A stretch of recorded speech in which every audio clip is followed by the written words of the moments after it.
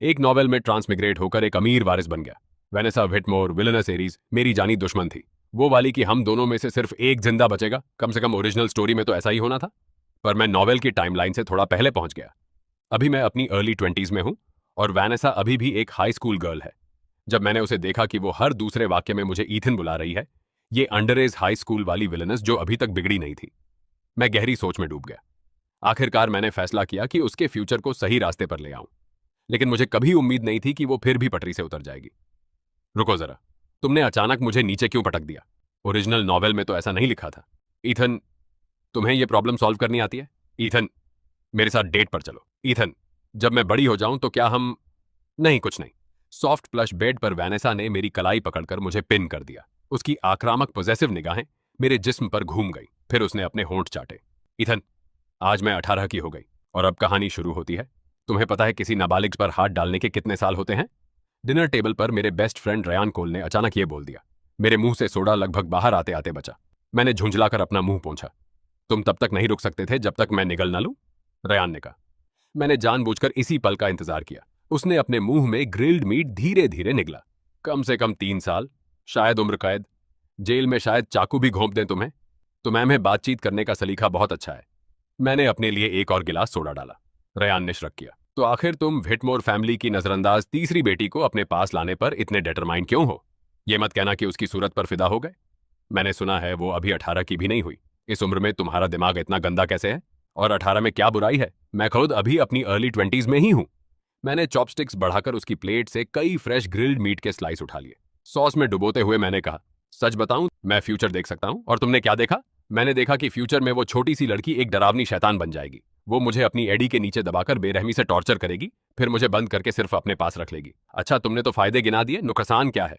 Ryan ने बिल्कुल शांत से एक बिल्कुल बेतुकी बात कह दी। मैंने उसे ऊपर से नीचे तक देखा और खामोशी से अपना बट थोड़ा दूर सरका लिया। मुझे कभी नहीं पता था कि तुम इतने फ्रीक हो। पहले से ही बकवास कर रहे हो, मैं क्यों ना साथ दूं? बहरहाल, मुझे यकीन है तुम्हारी कोई वजह होगी। मुझे बताना जरूरी नहीं और मैं नहीं पूछूंगा। रयान ने अपना चश्मा ठीक किया, टेबल से फोन उठाकर एक नजर देखा और खड़ा हो गया। अभी कुछ काम आ गया, मैं चलता हूं। आराम से खाना खाओ। लड़की को मेरा रिगार्ड्स कहना। मैंने मीट की उस प्लेट की तरफ इशारा किया जो वो लाया था। तुम खा नहीं रहे? ये मील मेरे तरफ से। ठीक है बॉस, मजे करो। मैंने रयान को बाय कहा, फिर अकेले बारबेक्यू से जंग जारी रखी। सच तो यह है कि मैंने झूठ नहीं बोला था।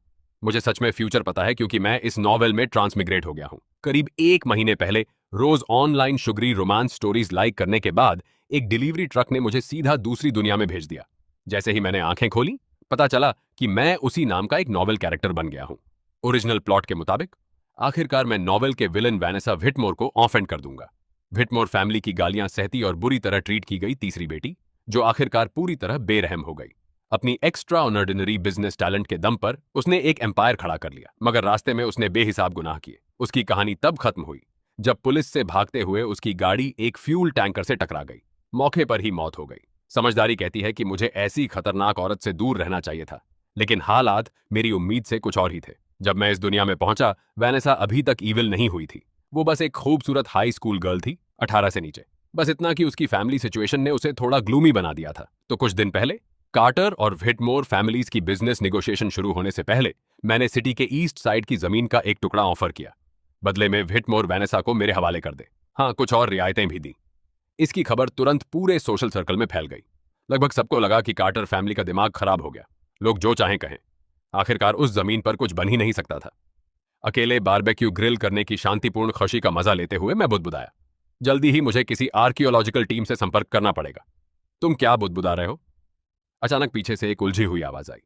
मैंने मुड़कर देखा तो स्कूल यूनिफॉर्म में एक लड़की पोनीटेल बांधे मेरे पीछे खड़ी थी। उसकी आंखों में सिर्फ वो प्योर इनोसेंट क्लूलेसनेस थी जो सिर्फ एक स्टूडेंट में हो सकती है। लग रहा था स्कूल ने सच में उसे तोड़ दिया है। कुछ नहीं। खाना खा लिया? मैंने पूछा। वेनेसा मेरे सामने बैठ गई और हां में सिर हिलाया। खा लिया? तो थोड़ी देर रुको, मैं बस लगभग खत्म कर ही रहा हूं। और अगर तुम्हें कुछ और चाहिए तो ले लो।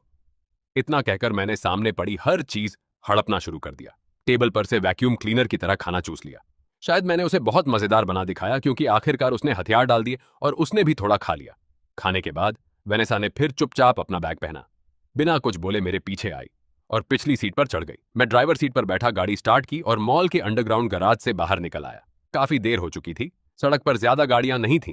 बादलों के बीच से चमकती चांदनी स्ट्रीट लाइटों के साथ फुटपाथ पर बिछी हुई थी। वेनेसा और मैं एक दूसरे के पीछे खामोश बैठे रहे। हम चुपचाप मेरे घर की ओर बढ़ते गए। आज से वो आधिकारिक तौर पर व्हिटमोर फैमिली को पीछे छोड़ रही थी। आखिरी इंटरसेक्शन तक हम चुप रहे। जब रेड लाइट पर मैं रुका, जो लड़की पूरे समय चुप थी आखिरकार बोली, तुमने उस दिन ऐसा क्यों किया? मैंने एक हाथ गाड़ी की खिड़की पर टिकाया और दूसरे से हल्के हल्के स्टीयरिंग व्हील पर टैप किया। बिना लहजा बदले मैंने पूछा, क्या किया? रियर व्यू मिरर में वेनेसा के होंठ हिले, फिर बंद हो गए। तुमने मुझे क्यों चुना? उस जमीन के टुकड़े से तुम इससे कहीं ज्यादा कीमती चीज ले सकते थे। शायद तुम कुछ गलत समझ रही हो। कार्टर फैमिली कोई बुरी डील नहीं करती। मैं मुस्कुराया। तुम्हारी कीमत उस जमीन से कहीं ज्यादा है। मुझे दिलासा देने की जरूरत नहीं। वेनेसा सीधी हुई, फिर सीट पर वापस टिककर खुद को परछाइयों में छिपा लिया। मुझे अच्छी तरह पता है कि मैं कितनी बेकार हूं। मैं अपने भाई या बहन का मुकाबला नहीं कर सकती और मेरे पेरेंट्स को भी मेरी कोई परवाह नहीं। मुझे मालूम है। ठीक इसी वजह से मैं तुम्हें उस जगह से निकाल लाया। मैंने जारी रखा। इस पल से तुमने अपने बारे में उनकी कही हर बात भूल जाओ। मैं तुम्हें अपनी कीमत साबित करने में मदद करूंगा। तुम मेरे लिए ऐसा क्यों करोगे? पिछली सीट से आखिरकार भावना झलकी। मैंने एक पल सोचा, शायद मैं ओरिजिनल स्टोरी का सुखद अंत देखना चाहता हूं। आखिर में वेनेसा ने जो किया वो आसानी से माफ नहीं किया जा सकता, लेकिन जिसके दिल में जरा भी हमदर्दी होगी वो उसके अतीत से दुखी जरूर होगा। उसके अपने माँ बाप उससे नफरत करते थे, भाई बहन उसका अपमान करते, नौकरों जैसा हुक्म चलाते। बस एक बार अपनी बहन का नेकलेस छू लेने पर उसके मुंह पर थप्पड़ पड़ा था। स्कूल में भी कोई दोस्त नहीं था। सच कहूं तो अगर इनमें से चंद बातें भी मेरे साथ होती, मैं पूरी दुनिया से बदला लेना चाहता। फिर भी अभी तो वेनेसा बस थोड़ी ग्लूमी और खामोश थी। यह दिखाता है कि वो अंदर से कितनी मजबूत थी। मगर इंसान का दिल कितना ही मजबूत क्यों ना हो, एक पल ऐसा आएगा जब वो टूटेगा। तो मैंने कभी सोचा था कि अगर ये सब बदला जा सके तो उसका अंत कैसा होगा। सोचने पर, क्या ये किसी विलनस को अनकन्वेंशनल तरीके से पालने जैसा तो नहीं? ये सोचते हुए मैंने फिर रियर व्यू मिरर में देखा। शीशे में वो लड़की अब भी खुद को परछाइयों में छिपाए हुए थी, मगर मैं बता सकता था कि वो शीशे के रास्ते सीधे मुझे ही देख रही थी। तो मैं तुमसे एक सवाल पूछता हूं, मैंने गंभीरता से कहा। अगर मैं व्हिटमोर फैमिली और व्हिटमोर ग्रुप के पीछे पड़ जाऊं तो क्या होगा? वेनेसा ने पलक झपके बिना जवाब दिया। मैं तुम्हारी मदद करूंगी। तो फिर मुझे कोई फिक्र नहीं। गाड़ी फिर चुप हो गई जब तक वेनेसा दोबारा बोली। उसकी आवाज अपनी आम नरमी पर लौट आई। लाइट ग्रीन हो गई। मेरा ध्यान नहीं गया।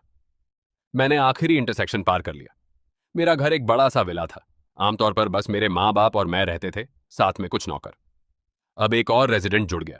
जब वेनेसा सामने के दरवाजे से अंदर आई तो अभी भी लाइटें जल रही थीं। मेरे माँ बाप सोफे पर दुबके बैठे थे। विलियम कार्टर नाक पर चश्मा टिकाए किताब पढ़ रहा था और ग्रेस कार्टर खुशी खुशी टीवी पर कोई वैरायटी शो देख रही थी। हमें अंदर आता सुन दोनों दरवाजे की तरफ मुड़े। वेनेसा ने अपना आधा जिस्म मेरे पीछे छिपा लिया और एक संयमित सा हल्का झुककर बोली, गुड इवनिंग। तुम दोनों इतनी देर रात तक जाग क्यों रहे हो? मैंने ग्रीट किया। क्या मेरा इंतजार कर रहे थे? विलियम ने किताब बंद की और चिढ़कर बोला, तुम जैसे बदतमीज का इंतजार कौन करेगा? कौन जाने कहां कहां धमा चौकड़ी मचाकर इतनी देर से घर आ रहे हो? ये कहते हुए उसकी निगाह मेरे पीछे खड़ी लड़की पर गई। तो ये वही लड़की है जिसका तुमने जिक्र किया था। इधर आओ, जरा देखें तो। आओ आओ, क्या कर रहे हो? पहली बार आई है, डराओ मत। ग्रेस ने अपने पति को घूरा और उनकी कमर चिकोटी काटने वाला हाथ खींच लिया। फिर एक मेहरबान मुस्कान के साथ वेनेसा की तरफ हाथ हिलाकर बोली, कोई बात नहीं, इधर आओ। मेरी मां की आंखों में जांच और इजहार तस्लीम देखकर मुझे लगा वो कुछ गलत समझ रही हैं, मगर जाने दो, कोई फर्क नहीं। वेनेसा ने होंठ भींचे और मेरी तरफ देखा। मेरे हाँ में सिर हिलाने के बाद वो धीरे धीरे सोफे की तरफ बढ़ी। मेरी मां के इसरार पर आखिरकार वो उनके पास बैठ गई। आगे बढ़ो, पूछो कुछ भी। कभी का विलियम आर्म चेयर पर जा चुका था। किसी वजह से वो मुझे घूर रहा था और मुझे बेचैनी होने लगी थी। मैंने ग्रेस की तरफ देखा जिसने वेनेसा का हाथ पकड़ लिया था और उससे रोजमर्रा की बातें करने लगी थी। फिर हाथ फैलाकर इशारा किया कि इससे मेरा कोई लेना देना नहीं। मैंने आगे बढ़कर सोफे की पीठ पर टेक लगाई और बनावटी सी आह भरते हुए बोला, घर में मेरी हैसियत तो देखो। लगता है तुम अपना अलाउंस भूलना चाहते हो। आपने गलत समझा, मैं दरअसल अपनी बात कर रहा था। विलियम ने अपनी बीवी के चेहरे पर मुस्कान देखी और कुछ नहीं कहा। वो बस उठा और मुझसे बोला, मेरे साथ स्टडी में आओ। जाने से पहले मैंने फिर वेनेसा की तरफ देखा। मेरी मां की जोशीली पूछताछ के बीच लड़की कुछ खोई खोई सी लग रही थी, लेकिन कुल मिलाकर वो खास रेजिस्टेंट या नर्वस नहीं लग रही थी। सब ठीक होगा। निश्चिंत होकर मैंने विलियम का पीछा किया। उनकी बातचीत की आवाज मेरे कानों में आई। वेनेसा, मेरे बेटे के बारे में क्या ख्याल है? मम, मिसेज कार्टर, वो ठीक तो होना चाहिए ना? जब हम स्टडी में दाखिल हुए तो विलियम मेज के पीछे कुर्सी पर बैठा और मुझे सामने बैठने का इशारा किया। मैंने बमुश्किल सीट ली ही थी कि वो अचानक बोला, तुम्हारी मां और मैं बाहर शिफ्ट होने का प्लान कर रहे हैं। क्यों? मैं ठिठक गया। ये बात मुझे पहली बार सुनने को क्यों मिल रही है? सच कहूं तो मुझे भी आज ही पता चला। विलियम ने अपना माथा मला। तुम्हारी माँ ने कहा हम जैसे दो बूढ़े लोगों के रहने से तुम जवान लोगों को रिलेशनशिप डेवलप करने में दिक्कत होगी। वैसे भी उसकी ज्यादातर करीबी सहेलियां पहले ही वेस्ट साइड के विला में शिफ्ट हो चुकी हैं। वो इस मौके का फायदा उठाकर वहां जाना चाहती है। तब मुझे याद आया कि हमारी फैमिली के पास वेस्टर्न विला डिस्ट्रिक्ट में कई घर हैं। माँ गलत समझ रही हैं। मैं वेनेसा को यहां लाया हूं, इसलिए नहीं। विलियम ने हाथ उठाकर मुझे रुकने का इशारा किया। ठीक है बेटे, उसने दिल से सलाह दी। तुम्हारे माँ बाप इन मामलों में बहुत ओपन माइंडेड हैं, तुम्हें समझाने की जरूरत नहीं। वैसे भी तुम उस उम्र में हो जब सोचना शुरू कर देना चाहिए। इतना कहते हुए वो उठा, मेज के गिर्द घूमकर मेरी तरफ लाया। उसने अपना भारी हाथ मेरे कंधे पर रखा। बेटा, मुझे यकीन है हमने तुम्हारी अच्छी परवरिश की है, तो कुछ खास करने से पहले अच्छी तरह सोच लेना। उसकी गोल गोल बातें सुन मेरा सिर चकराने लगा। डैड, आखिर कहना क्या चाहते हो? वो व्हिटमोर वाली लड़की बेशक खूबसूरत है। विलियम का हाथ मेरे कंधे पर हल्का सा कसा, मगर वो अभी नाबालिगर है। हर कोई यही क्यों कह रहा है? मुझे हंसी आई कि रोना आए। आप क्या सोच रहे हैं? फिक्र मत करो, मुझे पता है मैं क्या कर रहा हूं। अच्छा ठीक है, जाओ अपने रूम में और अपनी मां से कहना बहुत लंबी बातचीत मत करें। लड़की को कल स्कूल भी जाना है। विलियम ने मुझे छोड़ा और स्टडी से बाहर चला गया। लेकिन जब मैं लिविंग रूम में लौटा तो वहां सिर्फ ग्रेस की आवाज गूंज रही थी। वेनेसा जा चुकी थी। वेनेसा कहाँ है? मैंने उसे आराम करने भेज दिया। क्या सच में तुम्हें लगता है तुम्हारी मां में जरा भी संयम नहीं और वो रात भर बातें करती रहेगी? ग्रेस बहुत अच्छे मूड में लग रही थी। मुझे कुछ पता नहीं था कि उसने और वेनेसा ने क्या बातें की। डैड ने कहा, आप लोग बाहर शिफ्ट होने का सोच रहे हैं? हाँ, शायद अगले 2-1 दिन में। फिक्र मत करो बेटा, तुम जवान लोगों के बीच नहीं घुसूंगी। नहीं माँ, आप गलत समझ रही हैं। कोई बात नहीं, तुम्हारी माँ समझती है। मैं भी कभी जवान थी। ग्रेस ने चुटकी ली, फिर आवाज धीमी कर दी। मगर सोचती हूँ वेनेसा के साथ उसके पुराने घर में क्या सुलूक हुआ होगा। मैंने कुछ अफवाहें सुनी थीं, अब लगता है वो सब सच थीं। बेचारी बच्ची, तुम उसे तंग मत करना। आपको फिक्र करने की जरूरत नहीं, मैं पूरा ख्याल रखूंगा। मैं इस बारे में बहुत कॉन्फिडेंट था। आखिर मैं तो वेनेसा से अपने लिए पैसे कमाने की उम्मीद लगाए बैठा था। भविष्य में वो जो करने वाली थी, उसे देखते हुए वो यकीनन बहुत ज्यादा कमाएगी। कार्टर फैमिली के पास पैसों की कमी नहीं, मगर ज्यादा पैसे से किसे परहेज होगा? ग्रेस ने अपने बेटे को अजीब नजर से देखा, जो अचानक बेवकूफों जैसी हंसी हंसने लगा। उसने सिर हिलाया, लिविंग रूम से निकली और अपने बेडरूम की तरफ चली गई। मेरी मां के इंतजाम की वजह से वेनेसा का कमरा मेरे रूम के ठीक बगल में था। जब मैंने दालान की लाइट बंद की और उसके कमरे के पास से गुजरा तो देखा दरवाजे के नीचे की दरार से रोशनी अभी भी आ रही थी। इतनी रात को क्या कर रही थी? एक लम्हा सोचकर मैंने हल्के से उसके दरवाजे पर दस्तक दी। अभी जाग रही हो? कई सेकंड तक दरवाजे के पीछे सन्नाटा रहा। फिर हल्की सरसराहट और नर्म कदमों की आहट आई। एक पल बाद दरवाजे का हैंडल घूमा और दरवाजा जरा सा खुला। Vanessa light blue night gown पहने थी, ऊपर से एक पैडेड कोट डाला हुआ था। उसकी पोनीटेल भी खोल दी गई थी और रेशमी बाल कंधों पर गिर रहे थे। कुल मिलाकर उसकी जवानी की अजीबोगरीब हरकतें कम हो गई थीं और वो थोड़ी नर्म लग रही थी। एक हाथ से अभी भी दरवाजे का हैंडल थामे हुए उसने उलझन भरी नजरों से मेरी तरफ देखा। वेनेसा ने मुंह खोला। 1-2 सेकंड हिचकिचाई, जैसे सोच रही हो मुझे क्या बुलाए। ईथन, क्या कोई काम है? मैंने बस देखा तुम्हारी लाइट अभी भी जल रही है। अभी भी पढ़ाई कर रही हो? अदब से मैंने उसके कमरे में झांका नहीं। मुझे अब भी इस जगह की आदत नहीं हुई। नींद नहीं आ रही। वो कुछ पल चुप रही, फिर दरवाजा चौड़ा खोलकर एंट्रेंस से हट गई। हालांकि सीधे कुछ नहीं बोला, साफ जाहिर था वो मुझे अंदर बुला रही थी। मामूली हिचकिचाहट के बाद मैं अंदर चला गया। कमरा साफ सुथरा था, पूरा वैसे ही जैसी एक जवान लड़की का बेडरूम होना चाहिए। लगता था मेरी मां ने खुद सजाया था। मेज पर एक खुली वर्कबुक पड़ी थी, साथ में एक बिना ढक्कन का पेन और कुछ स्क्रैच पेपर। मैंने सवाल पर नजर डाली। Math conic section. अलविदा। लोग कहते हैं मजबूरी इंसान से कुछ भी करवा सकती है, लेकिन मेरे हिसाब से मैथ इसका अपवाद है। अगर तुम्हें मैथ नहीं आती तो बस नहीं आती। फाइनल्स पास आ रहे हैं, इसलिए थोड़ा ज्यादा पढ़ना चाह रही थी। वैनेसा बंद दरवाजे के पास से चलकर पास आई। क्या तुम्हें यह सॉल्व करना आता है? मैंने अपने दिमाग में दबी हुई पुरानी यादें जगाने की कोशिश की। लानत है, क्या यही एहसास होता है अपनी सारी कल्टीवेशन खो देने का? कुछ सेकंड की जद्दोजहद के बाद मैंने हथियार डाल दिए। मैंने अपने सिर की तरफ इशारा किया। तुम मुझे बहुत ज्यादा क्रेडिट दे रही हो। समझ लो, जब कॉलेज शुरू करते हो दिमाग फैक्ट्री रीसेट की तरह पूरी तरह वाइप हो जाता है। तो तुम ये नहीं कर सकते? वेनेसा ने बिस्तर के किनारे बैठते हुए पूछा। उसने एक लट उंगली पर लपेटी। न जाने क्यों घबराई हुई लग रही थी। पूरी कोशिश करूं तो भी शायद नहीं। मैंने बात पलटी। क्या तुम्हें यह कमरा पसंद है? वेनेसा ने बिस्तर की तरफ निगाहें झुकाईं। उसकी पतली उंगलियां चादर पर सरकीं। सच कहूं तो अभी आदत नहीं है। यह मेरे पुराने कमरे से बहुत बेहतर है और बिस्तर भी कहीं ज्यादा आरामदेह है। सब कुछ इतना अनरियल लग रहा है। मुझे याद आया कि अपने घर में तो उसे लगभग स्टोरेज रूम में रहने पर मजबूर कर दिया गया था। मैंने अपनी ठुड्डी रगड़ी। तो जल्दी से इसकी आदत डाल लो। आज से यह तुम्हारा कमरा है। मिसेज कार्टर ने मुझसे पहले बहुत सारी बातें कहीं। मुझे लगता है उनकी कुछ बातें सही थीं। अजीब तनाव भरी खामोशी के बाद वेनेसा ने बाल लपेटना बंद किया। अपने निचले होंठ को दांतों से दबाकर वो अचानक खड़ी हुई और मेरी तरफ चल दी। जैसे उसने अपना मन किसी बात के लिए पूरी तरह पक्का कर लिया हो। माँ ने उससे आखिर कहा क्या?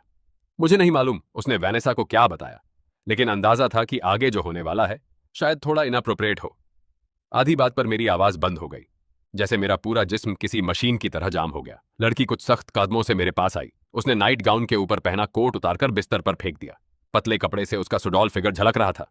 मुझे भी लगता है जब कोई बिना वजह ऑपोजिट जेंडर के लिए इतना अच्छा होता है तो उसका कोई और ही मकसद होता है। न जाने क्यों उस वक्त वैनेसा बेहद डरावनी लग रही थी। वो कदम बढ़ाती गई और मैं पीछे हटता गया जब तक मैं कुर्सी पर ढह नहीं गया। तो यही वजह थी कि उसने दरवाजा बंद किया था। लड़की ने जारी रखा, गाड़ी में तुमने जो कहा उस पर मुझे यकीन है और तुमने मुझे उस जगह से निकाल लिया।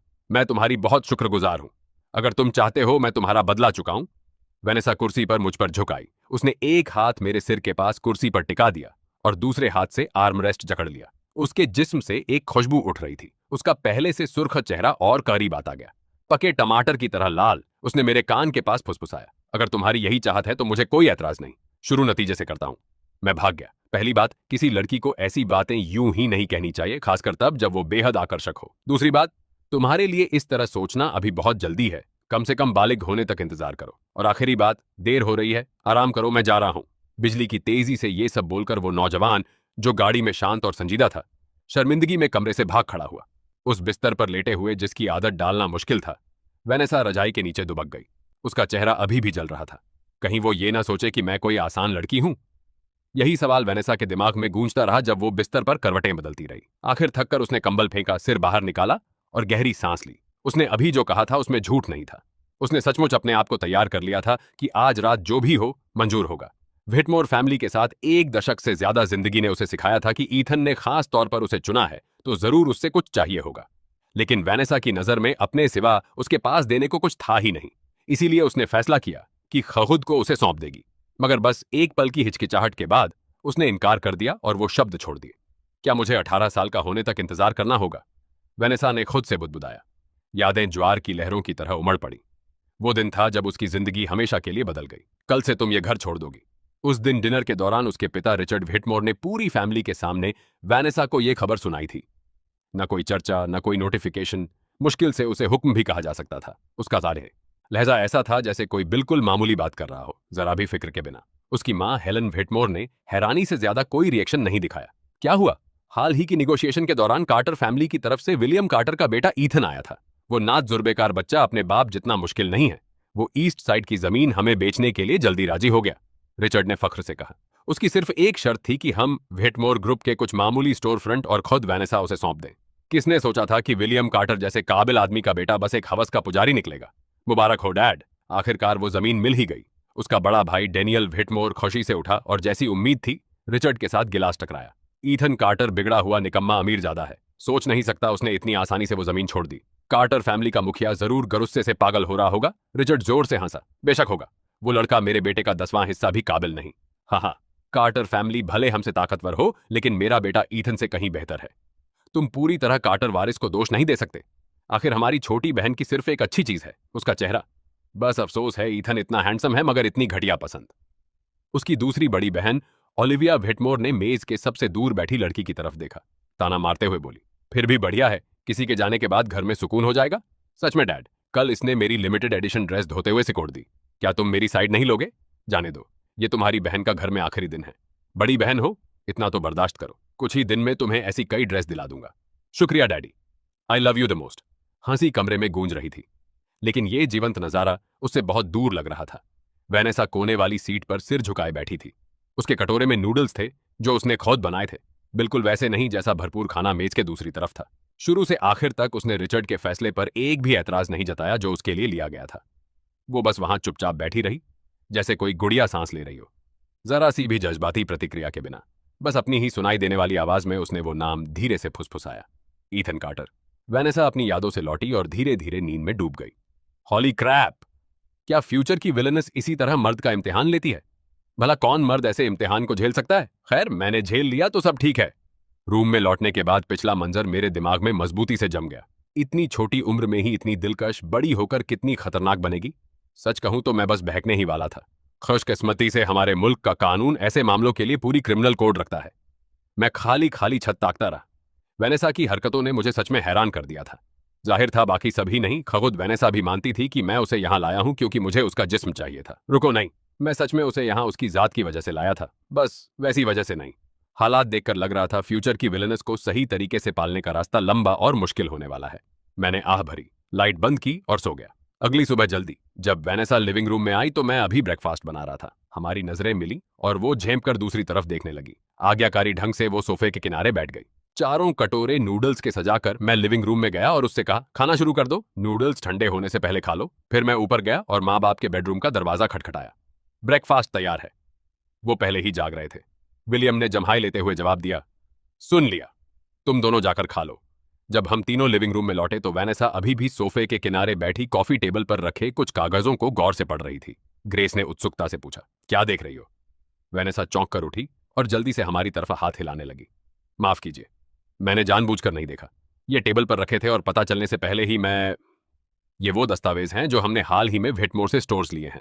जिस तरह से तुम इन्हें देख रही थी, लगता है तुम्हारे पास कुछ आइडियाज हैं। विलियम ने दस्तावेज पहचान ली और वेनेसा से पूछा। जब वेनेसा ने देखा कि विलियम मजाक नहीं कर रहे तो कई सेकंड झिझक कर बड़े एहतियात से बोली, मेरे ख्याल से ये स्टोर... इधर मैं ग्रेस को खाने की मेज पर खींच लाया और चुपचाप नूडल्स खाते हुए लिविंग रूम में हो रही बात सुनने लगा। सुना कि वेनेसा एक एक करके विलियम को अपनी सोच समझा रही थी और विलियम सुनते हुए हल्के हल्के सिर हिला रहा था। उसकी आंखों में तारीफ की चमक बढ़ती जा रही थी। मैंने एक कौर नूडल्स का लिया और चेहरे पर बढ़ती आत्मसंतुष्ट मुस्कान छुपा ली। ये कागजात मैंने जानबूझकर वहां छोड़े थे। सब मेरे प्लान के मुताबिक हो रहा था। तभी किसी ने मेरे माथे पर चुटकी भर दी। ग्रेस ने मुझे नफरत से देखा। क्या सोच रहा है? बेवकूफों की तरह हंस क्यों रहा है? फिर वो मुड़ी और बुलाया, वैनेसा, बस करो, पहले खाना खा लो वरना खाना ठंडा हो जाएगा। उस बूढ़े से क्या चर्चा करनी जिसका दिमाग बस काम से भरा रहता है। इधर आओ। जब वैनेसा मेज पर बैठी तब भी विलियम सोफे पर उन्हीं दस्तावेजों को पलट रहा था तो मैं उसका कटोरा उठाकर कॉफी टेबल पर रखाया। क्या सोचते हो? मैंने आराम से पूछा। विलियम ने दस्तावेज तय किए और एक तरफ रख दिए। उस लड़की में बिजनेस का सच्चा टैलेंट है। रिचर्ड व्हिटमोर अंधा ही होगा जिसने इतने अरसे तक उसे नजरअंदाज किया। यह कहने के बाद विलियम ने एक लम्हा मुझे परखा। क्या तुम्हें पहले से उसके टैलेंट का पता था? इसीलिए तुमने ऐसी अजीब डिमांड रखी? और मैंने चुपके से किसी को उस जमीन की जांच के लिए भेजा था। लगता है वहां सच में नीचे कुछ दबा हो सकता है। बस ये समझो मेरी किस्मत चमक गई और मैंने एक एसएसआर खींच लिया। मैंने हंसकर बात टाली और उसे कटोरा थमा दिया। ठंडा होने से पहले खा लो। वेनेसा को स्कूल छोड़ने जाते वक्त पिछली सीट पर बैठी लड़की ने अचानक कहा, मुझे छोड़ने का शुक्रिया। कोई बात नहीं, मुझे वैसे भी बाहर जाना था। मैंने गाड़ी मोड़ पर घुमाई और शहर के जागते ही सड़कों पर रफ्तार कम कर दी। माहौल अचानक थोड़ा अजीब हो गया जब तक स्कूल गेट नजर नहीं आया। तब वेनेसा ने हल्की आवाज में कहा, इतनी धीमी कि बमुश्किल खुद को सुनाई दे, कल रात की बात। हो, मैंने गाड़ी रोकी और उसकी तरफ रुख किया। उसके बालों ने चेहरा ढांप रखा था लेकिन उसके कान हल्के सुरखर थे। वेनेसा ने अचानक दरवाजा खोला और जल्दी से बाहर निकल गई। कोई बात नहीं, मैं जा रही हूं। जो लड़की कल रात इतनी बोल्ड थी वो अब शर्मा रही थी। मैं मुस्कुराता हुआ वेनेसा को भागते देखता रहा, फिर दूसरी मंजिल की तरफ चल दिया। जब तक मैं पहुंचा बाकी लोग वहां मौजूद थे। मेरे प्राइवेट रूम में दाखिल होते ही रयान ने सलाम किया। हम तो कब से इंतजार कर रहे हैं, देखो नोआ बेनेट भी सो गया। इतना कहकर रयान ने अपने पास शांति से सो रहे नोआ को थपथपाया। नोआ अधजगी हालत में उठा। क्या खाना आ गया? अभी नहीं, लेकिन सोना बंद कर। मैंने बैठते हुए पूछा, क्या टाइलर अभी तक नहीं आया? टाइलर ग्रांट कभी कहीं टाइम पर पहुंचा है? रयान की आवाज में आधी हो चुकी बेबसी थी। उसके बगल में नोआ का सिर लटक गया और वो फिर ऊँघने लगा। मैं कुछ और कहने ही वाला था कि पीठ पीछे दरवाजा खुलने की आवाज आई। टाइलर हाथ में एक डॉक्यूमेंट लिफाफा लिए अंदर आया। अंदर आते ही सुनता हूं तुम लोग मेरी पीठ पीछे बातें कर रहे हो, बड़ी ठंडी बात है। रयान ने बोलना बंद किया और बस छत का नजारा देखने लगा। वाह, ये छत भी कितनी छत जैसी है। मैंने टाइलर के हाथ में डॉक्यूमेंट लिफाफा देखा। कितना बुरा है, मेरी उम्मीद से भी बुरा। मैंने कभी सोचा नहीं था इन्होंने चोरी छुपे इतने नुकसानदेह काम किए होंगे। अपनी फैमिली बैकग्राउंड को देखते हुए टाइलर ये कहते हुए सच में गुस्से में लग रहा था। नोआ आखिरकार पूरी तरह जाग गया और रयान ने भी ध्यान लौटाया। तो इसीलिए तुम दोनों ने हम सबको आज यहां बुलाया है? हाँ, टाइलर ने मेज पर लिफाफा रखते हुए सिर हिलाया। इसके अंदर व्हिटमोर ग्रुप ने पिछले कुछ सालों में जो कुछ किया है उसके सबूत हैं। नजर डाल लो। क्लासेस के बीच ब्रेक के दौरान वेनेसा कोने वाली सीट पर बैठी थी। कोई उससे बात करने नहीं आया और अपनी फितरत की वजह से उसने कभी किसी और से बात शुरू करने का सोचा भी नहीं था। आसान लफ्जों में स्कूल में उसका कोई दोस्त नहीं था। वो हमेशा अपने स्कूल के दिन ऐसे ही गुजारती थी। फिर भी आज वेनेसा को किसी तरह एडजस्ट करना मुश्किल लग रहा था। उसे पिछली रात के उस नर्म बिस्तर की याद आ रही थी। वेनेसा। किसी ने अचानक हल्के से उसके कंधे पर टैप किया। वेनेसा हकीकत में लौटी और जिसने छुआ था उसकी तरफ देखा। वो एक शांत सी दिखने वाली लड़की थी जो उसके बगल में बैठती थी। जब उसने देखा वेनेसा देख रही है तो क्लास के दरवाजे की तरफ इशारा किया। मेरे ख्याल से कोई तुम्हें ढूंढ रहा है। मेरे लिए? उलझन में वेनेसा क्लास से बाहर निकली और देखा दरवाजे के पास दीवार से टिकी एक पतली सी लड़की खड़ी थी, जाहिरन किसी का इंतजार कर रही थी। उसकी स्कूल यूनिफॉर्म के स्टाइल से वो शायद वेनेसा से एक ग्रेड नीचे थी। माफ कीजिए, क्या आपको कुछ काम है? वेनेसा ने उलझन में पूछा। उसे हल्का हल्का लग रहा था कि लड़की जानी पहचानी है। तो तुम ही हो व्हिटमोर फैमिली की तीसरी बेटी? पतली लड़की ने वेनेसा का एक चक्कर लगाया, उसे जांचते हुए बार बार सिर हिलाया। हम। हालांकि ये सब थोड़ा अजीब लग रहा था। वेनेसा को उससे कोई दुश्मनी महसूस नहीं हुई। पतली लड़की वेनेसा के सामने रुकी, उसकी आंखों में झांका और बोली, मेरे साथ आओ। यह बताने लायक है कि हालांकि पतली लड़की ने डरावना दिखने की पूरी कोशिश की, लेकिन उनकी हाइट का फर्क उसे बस मजाकिया बना रहा था। ये क्या करने की कोशिश कर रही है? वेनेसा ने सोचा। अपनी फैमिली के हालात की वजह से वो दूसरों की दुश्मनी के प्रति बेहद संवेदनशील थी। उसके माँ बाप, भाई बहन हमेशा उसे बेचैन करते थे, जबकि ईथन और उसकी फैमिली नहीं करते थे। हालांकि सामने वाली लड़की काफी तीखी बोल रही थी। वेनेसा को उससे कोई बुराई महसूस नहीं हुई, बिल्कुल ईथन की तरह। वेनेसा उस लड़की के पीछे पीछे दालान में गई और चुपचाप उसके बोलने का इंतजार करने लगी। फिर पतली लड़की अचानक घूमी और उस पर टूट पड़ी। उसका पहले का डरावना अंदाज पलक झपकते गायब हो गया। उसकी आंखें खुली रह गईं और लगभग चमकने लगी। वो जोश से चिल्लाई, वेनेसा, क्या तुम मुझे याद है? हम पिछले साल ग्रैंडपा बेनेट की बर्थडे पार्टी में मिले थे, बस हमने आपस में बात नहीं की। मैंने कभी नहीं सोचा था करीब से देखने पर तुम इतनी खूबसूरत होगी। वो तो कोल फैमिली वाली लड़की थी। वेनेसा लड़की के अचानक बदले अंदाज से हैरान थी, लेकिन उसकी बात सुनने के बाद उसे याद आया कि लड़की क्यों जानी पहचानी लग रही थी। मेरा नाम लिली कोल है। लिली न जाने क्यों बेहद एक्साइटेड लग रही थी। मैंने कभी उम्मीद नहीं की थी तुम ईथन की गर्लफ्रेंड बनोगी। मेरे भाई ने बताया तो मैं शॉक्ड रह गई। वेनेसा के चेहरे पर फौरन एक ऐसा भाव आया जो कह रहा था, ये लड़की आखिर बोल क्या रही है। वो बिल्कुल बौखलाई हुई लग रही थी। पिछली रात की उसकी बेतुकी हरकत अचानक उसकी यादों में घूम गई। वेनेसा का चेहरा फौरन ज्यादा लाल हो गया। वो न जाने क्यों खुद ब खुद शर्मा गई और बालों को पीछे करने के लिए हाथ उठाया। ऐसी बातें मत करो, मैं नहीं हूं। वेनेसा का रिएक्शन देखकर लिली को साफ यकीन नहीं हुआ।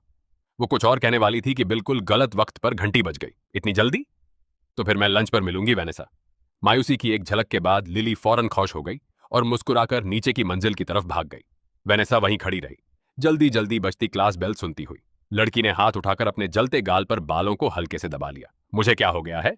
इनके कंस्ट्रक्शन साइट्स पर एक से ज्यादा बार लोगों की मौत हुई, मगर हर घटना दबा दी गई। वो अक्सर अपने मजदूरों की तनख्वाह भी रोक लेते थे। सच में बेदिल हैं। जो रिपोर्ट मुझे मिली वो और भी हैरतअंगेज है। कहती है ये कंपनी टैक्स चोरी करती रही होगी, और ये भी इल्जाम है कि एग्जीक्यूटिव्स ने फीमेल एम्प्लॉयज को सेक्सुअल रिलेशनशिप के लिए मजबूर किया। नोआ, तुम्हारी रिपोर्ट क्या कहती है? मेरी तो सामान्य है। बस ये रिकॉर्ड करती है कि एक प्रोजेक्ट मैनेजर की बीवी उसे चीटिंग करते पकड़ने कंपनी गई तो पाया कि उसका पति मेल जैनेटर के साथ बहुत इंटीमेट हो रहा था। कम से कम मुझे देखना है कि वो शब्द कैसे मिलकर वो वाक्य बना पाए। मुझे भेजो। सबने पढ़ लिया। टायलर ने हाथ से ताली बजाकर हमें अपनी तरफ देखने का इशारा किया। ये सिर्फ वो चीजें हैं जो मुझे बताने की इजाजत है। कुछ और भी गंभीर मामले हैं जो शेयर नहीं किए जा सकते। ये कहते हुए उसने मेरी तरफ देखा।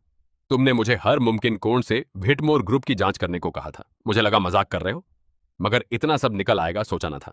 अगर मेरे इतने व्यापक कनेक्शंस ना होते, शायद ये सब खोदकर निकाल ही ना पाता। मानना पड़ेगा, इसमें से बहुत कुछ मेरे लिए भी नया है। मैंने गहरी थ्योरी के साथ सब दस्तावेज पढ़ डाले। ओरिजिनल नॉवेल ने अपनी सीमित लंबाई की वजह से सब कुछ डिटेल में नहीं बताया था। उसने कभी पूरी तरह नहीं बताया कि पूरी तरह विलेन बनने से पहले व्हिटमोर ग्रुप ने क्या क्या किया, या उसने कौन कौन से गुनाह किए थे। अब लग रहा था वो सच में अपने किए की सजा के हकदार हैं। मुझे अचानक कुछ याद आया। वैसे टाइलर, तुम्हारे पास जो दस्तावेज हैं, क्या तुम उन्हें सौंपने से पहले थोड़ा इंतजार कर सकते हो? तुम क्या प्लान बना रहे हो? जैसे ही टाइलर ने मेरी शक्ल देखी, समझ गया कि मैंने कोई और छोटी सी चाल सोच ली है। और इंतजार तो करूंगा, लेकिन ज्यादा देर नहीं टाल सकता। कितनी देर चाहिए? मैं कुछ देर पहले एक विलेन की तरह हंसा। व्हिटमोर ग्रुप ने मुझसे जमीन का टुकड़ा लिया, याद है? इंतजार करो जब तक वो कंस्ट्रक्शन शुरू ना कर दें। नोआ बोला, हम सब जानते हैं वो, मगर तुमने वो जमीन क्यों दे दी? उसकी कमर्शियल वैल्यू बहुत ज्यादा है। मेरे पास एक थ्योरी है। पता नहीं तुम लोग शॉर्ट ड्रामा देखते हो या नहीं, लेकिन ऐसे हालात में आमतौर पर एक ही संभावना होती है। रेयान, जो अब तक खामोश था, बोल उठा। उसने मेरी तरफ देखा। उसके चश्मे ने रहस्यमयी ढंग से रोशनी रिफ्लेक्ट की। बस डिटेक्टिव कॉनन की थीम म्यूजिक और एक इंटरनल मोनोलॉग की कमी थी। सिर्फ एक ही सच्चाई है, उस जमीन के नीचे कोई प्राचीन मकबरा है। मैं बिना जवाब दिए बस मुस्कुराया। वही जवाब था। धत, तुम तो बड़े चालाक हो। टाइलर फौरन समझ गया और हंसते हुए गाली दे दी। ठीक है, जब तक वो कंस्ट्रक्शन शुरू ना करे मैं रोके रखूंगा। एक पल सोचने के बाद नोआ ने आह भरी, तुम तो सच में एक स्नीकी कमीने हो। रुको, मुझे कुछ साफ करना है। मैंने सोलेमनली घोषणा की कि मैं बूढ़ा नहीं हूं। रेयान बोला, हाँ हाँ, तुम बूढ़े नहीं हो। बात करते करते तुम्हारे घर की नई मेंबर कैसी है? 3 जोड़ी आंखें फौरन मुझ पर टिक गईं। हालात जैसे हैं बिल्कुल वैसे हैं। मैंने उन्हें सब बता दिया, बीती रात वेनेसा के बेडरूम वाला हिस्सा छोड़कर। फिर नोआ ने धीमी आवाज में कहा, तो तुम कह रहे हो एक खूबसूरत जवान लड़की अब तुम्हारे साथ रह रही है और तुम्हारे माँ बाप जल्दी ही बाहर चले जाएंगे और तुम दोनों बिल्कुल अकेले रह जाओगे? हाँ, तुम तो मरने के लायक हो। नोआ बिल्कुल उदास होकर कुर्सी पर ढह गया और छत ताकने लगा। अगर मुझे अचानक अपनी गर्दन और छत की कड़ी के बीच रस्साकशी खेलने का दिल करे तो क्या करूं? पहली बात तो उसे फांसी लगाना कहते हैं। दूसरी बात, यह पहली बार नहीं है जब तुम किसी ऑनलाइन रोमांस में ठगे गए हो। प्लीज अपना सबका सीख लो, रयान ने बेबसी से कहा। और हाँ ईथन, मैं बताना भूल गया, लिली और वैनेसा एक ही स्कूल में हैं। आज सुबह लिली के मूड को देखते हुए रयान ने मुझे एक ऐसी नजर दी जैसे कह रहा हो, अब आगे तुम्हारी मर्जी, और मैं अकेला पड़ गया हूं। मैं पूरी तरह कंफ्यूज था लेकिन जल्द ही समझ गया। उसी शाम वैनेसा का मेरे प्रति रवैया अजीब तरह से सूक्ष्म हो गया। शुरू में तो कल रात की वजह से जब भी मुझे देखती उसकी नजरें भटक जाती थीं। अब तो वो सीधे मेरी आंखों से बचने लगी। जब भी मैं उससे बात करता वो किसी खराब रोबोट की तरह जाम हो जाती। उसके एक्टिवेशन वाक्य बस हूं और समझ गई थे। उसके कानों के आसपास की शक्की लाली बमुश्किल कम हुई थी। मुझे सच में डर था कहीं बेचारी लड़की का दिमाग ओवरहीट ना हो जाए। इसी वजह से मेरी माँ, जो अभी तक शिफ्ट नहीं हुई थी, मुझसे पूछताछ करने आ गई। क्या तुमने उस बेचारी लड़की को तंग किया? माँ, असल में हम दोनों में से आपका बच्चा कौन है? अंदाजा लगाने की जरूरत नहीं थी। जैसा रयान ने कहा था, लिली ने जरूर वैनेसा के कान में कुछ फुसफुसाया होगा, जिसने उस लड़की को, जो आमतौर पर लापरवाह बोल्डनेस और पूरी बुजदिली के बीच क्वांटम स्टेट में रहती थी, पूरी तरह से बुजदिली की तरफ ढा दिया। लिली के बारे में मैं जितना जानता हूं, उसकी पूरी शख्सियत कपल्स शिप करने के गिर्द घूमती है। शायद उसने रयान से कुछ सुन लिया होगा और पूरी तरह बहक गई होगी। 2 दिन और गुजरे। विलियम और ग्रेस आधिकारिक रूप से बाहर शिफ्ट हो गए। जाने से पहले विलियम ने मुझसे एक बार फिर बात की और जमीन का पूरा अख्तियार मुझे दे दिया। ग्रेस ने वैनेसा का हाथ पकड़ा और काफी देर तक रोजमर्रा की बातें की। उनके जाने के बाद वैनेसा और मैं आधिकारिक तौर पर साथ रहने लगे। हालांकि चूंकि वैनेसा हर दिन का 90% वक्त स्कूल में बिताती थी, कोई खास अनोखी बात नहीं हुई। वैसे अपनी बयान से बाहर बेकार फैमिली से बच निकलने के बाद लड़की कहीं ज्यादा खुशमिजाज हो गई। रोज शाम जब वो घर आती, मुझे देखने का उसका तरीका धीरे धीरे टालमटोल से अनिश्चित और आखिरकार एकदम गहन हो गया। फिर भी मैंने सोचा शायद कोई गंभीर समस्या नहीं। ठीक है, मैंने जितनी यान्डेरे नॉवेल पढ़ी हैं, उस हिसाब से ये थोड़ा खतरनाक जरूर लग रहा था। मुझे रयान से कहना पड़ेगा कि लिली को लगाम दे और आग में घी न डाले। धीरे धीरे हम एक ही छत के नीचे रहने के आदी हो गए। उस दौरान वैनेसा ने कोई अजीब हरकत नहीं की। ऐसा उसकी लंबी छुट्टियों के पहले दिन तक चला। ईथन, कल क्या तुम बिजी हो? सुबह सुबह वैनेसा अपने पाजामे में लिविंग रूम में आई और सोफे पर बैठे मुझसे बोली। मैंने एक पल सोचा, नहीं, क्यों? तो फिर मेरे साथ डेट पर चलो। हाई स्कूल गर्ल ने बोल्ड होकर अपनी घोषणा कर दी। अगली सुबह जल्दी मैं पूरे कपड़े पहनकर लिविंग रूम में दाखिल हुआ और देखा वैनेसा पहले ही सामने के दरवाजे पर इंतजार कर रही थी, जाने के लिए पूरी तरह तैयार। अपने आम पाजामे या स्कूल यूनिफॉर्म के बजाय वैनेसा ने light blue of the shoulder dress पहनी थी। उसका स्कर्ट झील की लहराती सतह की तरह बह रहा था और उस झील के नीचे लड़की की पतली एड़ियां और सफेद प्लेटफॉर्म शूज थे। उसकी गोरी पतली बाहें सामने मुड़ी हुई थीं और हाथ में एक छोटा हैंडबैग था। वो गजब की सुशील लग रही थी। आज उसने अपने बाल पोनीटेल में नहीं बांधे थे, बल्कि रेशमी लंबे बाल कंधों के पीछे छोड़ दिए थे। झड़ते काले बालों ने उसके पूरे अंदाज को नरम कर दिया था। अपने आम गर्ल नेक्स्ट डोर लुक की तुलना में आज की ड्रेस में वैनेसा एक एलिगेंट यंग एरीज लग रही थी। गौर से देखने पर लग रहा था उसने हल्का मेकअप भी किया है। बहुत देर से इंतजार कर रही हो? मैं उसके पास गया। वैनेसा ने चोरी छुपे मुझे 2-4 तेज नजरों से देखा, फिर जैसे उसे छुपाने के लिए अपनी मुट्ठी मुंह के आगे करके 2 बार खांसा। नहीं, मैंने अभी अभी तैयार होना खत्म किया है। इतना कहते हुए उसने दरवाजा खोला। तो चलो फिर। जब हम सड़क पर चल रहे थे, तेज धूप हमारी त्वचा पर गर्माहट लिए हुए थी। वैनेसा के साथ चलते हुए मैंने पूछा, तुमने अचानक मुझे बाहर बुलाने का फैसला क्यों किया? क्या ये लिली का आइडिया था? हम वैनेसा मेरी तरफ मुड़ी और संजीदगी से बोली, डेट के दौरान किसी और लड़की का नाम लिया, तुम्हारे 10 पॉइंट कट गए। ओह, अच्छा। थोड़ी देर हैरान रहने के बाद आखिर समझ गया आज का मामला क्या है। वैनेसा को देखकर मैं हंसे बिना न रह सका। ये लड़की सच में कमाल की थी। मुझे लग रहा है तुम मुझ पर हंस रहे हो। वैनेसा ने होंठ फुलाए। मेरे ख्याल से तुम बिल्कुल सही कह रही हो। यह सुनते ही वैनेसा मेरे बाजू पर मारने लगी, मगर बहुत जोर से नहीं, तो मैंने बस करने दिया। आखिर जैसा रयान कहता, यह भी रिवॉर्ड हो सकता है। जब तुमने मेरे पॉइंट काट ही दिए हैं तो कम से कम सही जवाब तो बता दो। वैनेसा ने अपनी मुट्ठी खींच ली और हल्के से सिर हिलाया। वो जवाब देने ही वाली थी कि अचानक पूरी तरह जाम हो गई। उसका चेहरा हल्का लाल हुआ और उसने जल्दी से सिर हिलाया। शायद नहीं, मैं बता सकता था, मगर इससे मेरी उत्सुकता और बढ़ गई कि आखिर उन दोनों ने क्या बातें की थीं। वैसे एक बात कंफर्म कर लूं। वैनेसा ने पलक झपकाई। क्या? मैंने दिलचस्पी से उसका रिएक्शन देखा और अपनी मुकाबले की भावना को थोड़ा जगाया। क्या आज बोनस पॉइंट कमाने के कोई तरीके हैं? बेशक, तुम्हें बोनस पॉइंट के मौके चाहिए। इसी तरह एक मर्द की मुकाबले की भावना बाहर आती है। लिली ने केक का एक टुकड़ा लिया और वैनेसा से गंभीरता से बोली, जब भी मैं अपने भाई के साथ गेम खेलती हूं, यही करती हूं, और हमेशा मैं उसका अलाउंस जीत लेती थी। अच्छा? वैनेसा ने ध्यान से सुना, बीच बीच में सिर हिलाती रही। उसके हाथ का पेन नोटबुक में नोट करता रहा। बेशक, सबसे अहम बात यह है कि हालात के मुताबिक ढलना सीखो। आह, मुंह खोलो। लिली ने वैनेसा को एक फ्राई खिलाई। वैनेसा? मैंने अपने भाई से पूछा। ईथन असल में बहुत आसान है। वैनेसा ने सिर हिलाकर जताया कि समझ गई। लिली, तुम तो बहुत कुछ जानती हो। लिली ने फख्र से अपनी छाती फुलाई। मैं डेटिंग सिम एक्सपर्ट हूं। यह कहने के बाद उसने पूछा, तुमने अचानक उसे डेट पर बुलाने का फैसला क्यों किया? वैनेसा ने एक पल सोचा। क्योंकि मुझे लगता है मैं बहुत अजीब हरकतें कर रही हूं। कभी कभी उसकी तरफ देखने की हिम्मत तक नहीं होती। लिली सीधी होकर बैठ गई। और क्या? और परसों मैंने गलती से उसे नहाने के बाद बिना शर्ट के देख लिया था। वो तस्वीर जैसे मेरे दिमाग में छप गई है। वैनेसा बोलती गई। धीरे धीरे उसका सिर झुकता गया और आवाज धीमी होती गई। लिली की आंखें चमकने लगीं। तो ईथन के बारे में तुम्हारा क्या ख्याल है? वो बहुत अच्छा है। अगर मैं ओवर स्लीप कर जाऊं तो आकर जगाता है। उसका खाना बहुत अच्छा होता है, टेस्ट बहुत बढ़िया है। जब बारिश होती है तो वो मुझे लेने आता है और हमेशा छाता मेरी तरफ झुका देता है। वैनेसा को शायद ही सोचना पड़ा, शब्द यूं ही फूट पड़े। थक से भरपेट खा चुकी लिली इत्मीनान से मेज पर ढह गई। उसके होंठों पर एक संतुष्ट मुस्कान थी जब उसने कंफ्यूज्ड वैनेसा को थम्स अप दिया। Good luck Em. मैं गला साफ करते हुए कर लूंगी। वैनेसा ने उसकी हौसला अफजाई कबूल की। मगर लिली, डेटिंग से आखिर होता क्या है? लगभग पहुंच ही गए थे।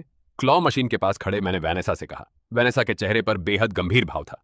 उसकी आंखें धीरे धीरे उतरते पंजे पर जमी हुई थीं। जब पंजे ने कान से स्टफ्ड टॉय पकड़कर हवा में उठा लिया तो वो इतनी नर्वस थी कि सांस रोक ली। मगर जिसने कभी क्लॉ मशीन इस्तेमाल की है वो जानता है कि आधे रास्ते में पंजे का अचानक कमजोर पड़ जाना कोई अनोखी बात नहीं। नतीजा ये हुआ कि वैनेसा ने मायूसी से उस टॉय को लगभग शूट तक पहुंचते हुए वापस गिरते देखा। लड़की ने मायूस सांस छोड़ी और बेचारगी से मुझे देखा। निराश मत हो, मुझे देखो। मैंने वैनेसा का सिर थपथपाया और आखिरी 2 टोकन मशीन में डाले। मैंने गहरी सांस ली और मेरी नजर तेज हो गई।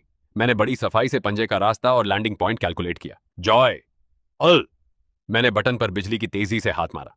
वैनेसा के साथ मिलकर मैंने बड़ी उम्मीद से पंजे को उतरते देखा। थोड़ी देर बाद वैनेसा एक जायंट टेडी बियर पकड़े हुए थी। आर्केड से मेरे साथ बाहर निकलते हुए उसने अपना आधा चेहरा टेडी बियर के सर में छुपा लिया और दबी आवाज में बोली, मुझे सच में लगा था तुम जीत सकते हो। जरूर मैंने बटन गलत तकनीक से दबाया होगा। अगली बार फिर आकर कोशिश करेंगे। मैंने अपनी नाक रगड़ी। कूल दिखने की कोशिश नाकाम रही। मेरा तो वैनेसा से भी बुरा हाल हुआ। पंजे ने एक भी टॉय 1 सेकंड के लिए नहीं पकड़ा। आखिर में मैंने अपनी सुपर पावर इस्तेमाल की। मैंने एक स्टफ्ड टॉय खरीदकर साथ वाली लड़की को दे दिया। हालांकि वो ऐसा कह रही थी, उसकी आंखों की चमक और चारों तरफ बिखरे काल्पनिक धूप फूल ये पूरी तरह जाहिर कर रहे थे कि वो कितनी खुश थी। रुको, वो स्पेशल इफेक्ट्स क्या थे?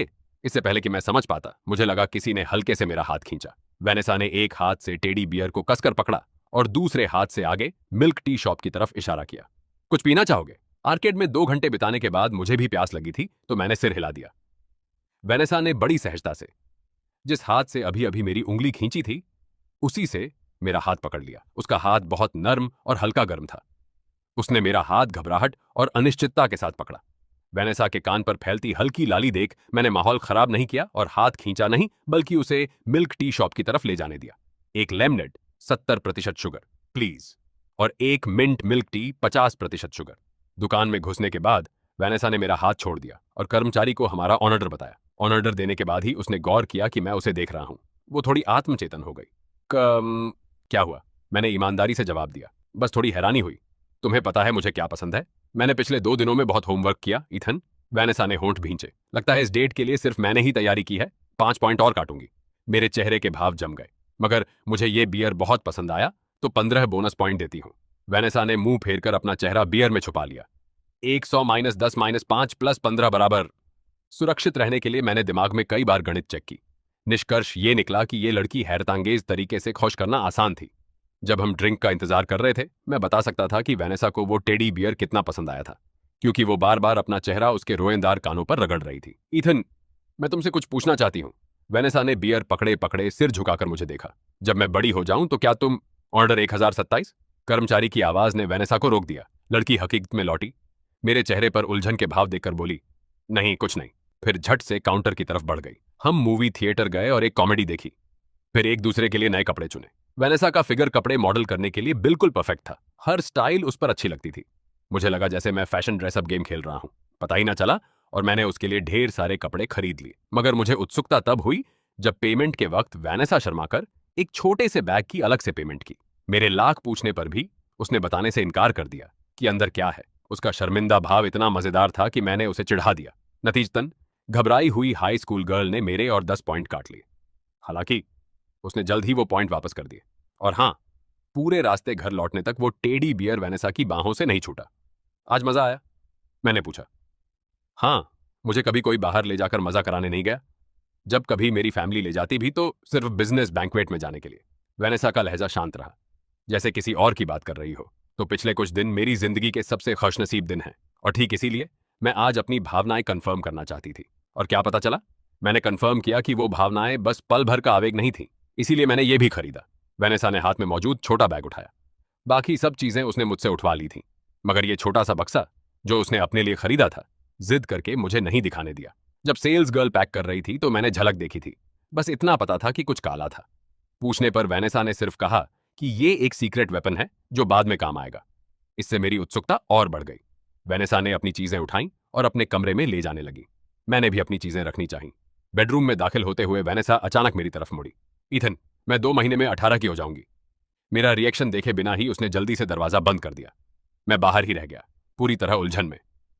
मुझे लगा जैसे मैंने पहले कुछ गलत समझ लिया था। यकीनन वो मुझे बर्थडे प्रेजेंट तैयार करने की याद दिला रही होगी। सिर खुजलाते हुए मैं अपने कमरे लौट आया। अभी सामान रखा ही था कि फोन बजा और मेरी सोच का सिलसिला टूट गया। रयान था। ईथन, रिचर्ड व्हिटमोर परसों प्रेस कॉन्फ्रेंस कर रहा है।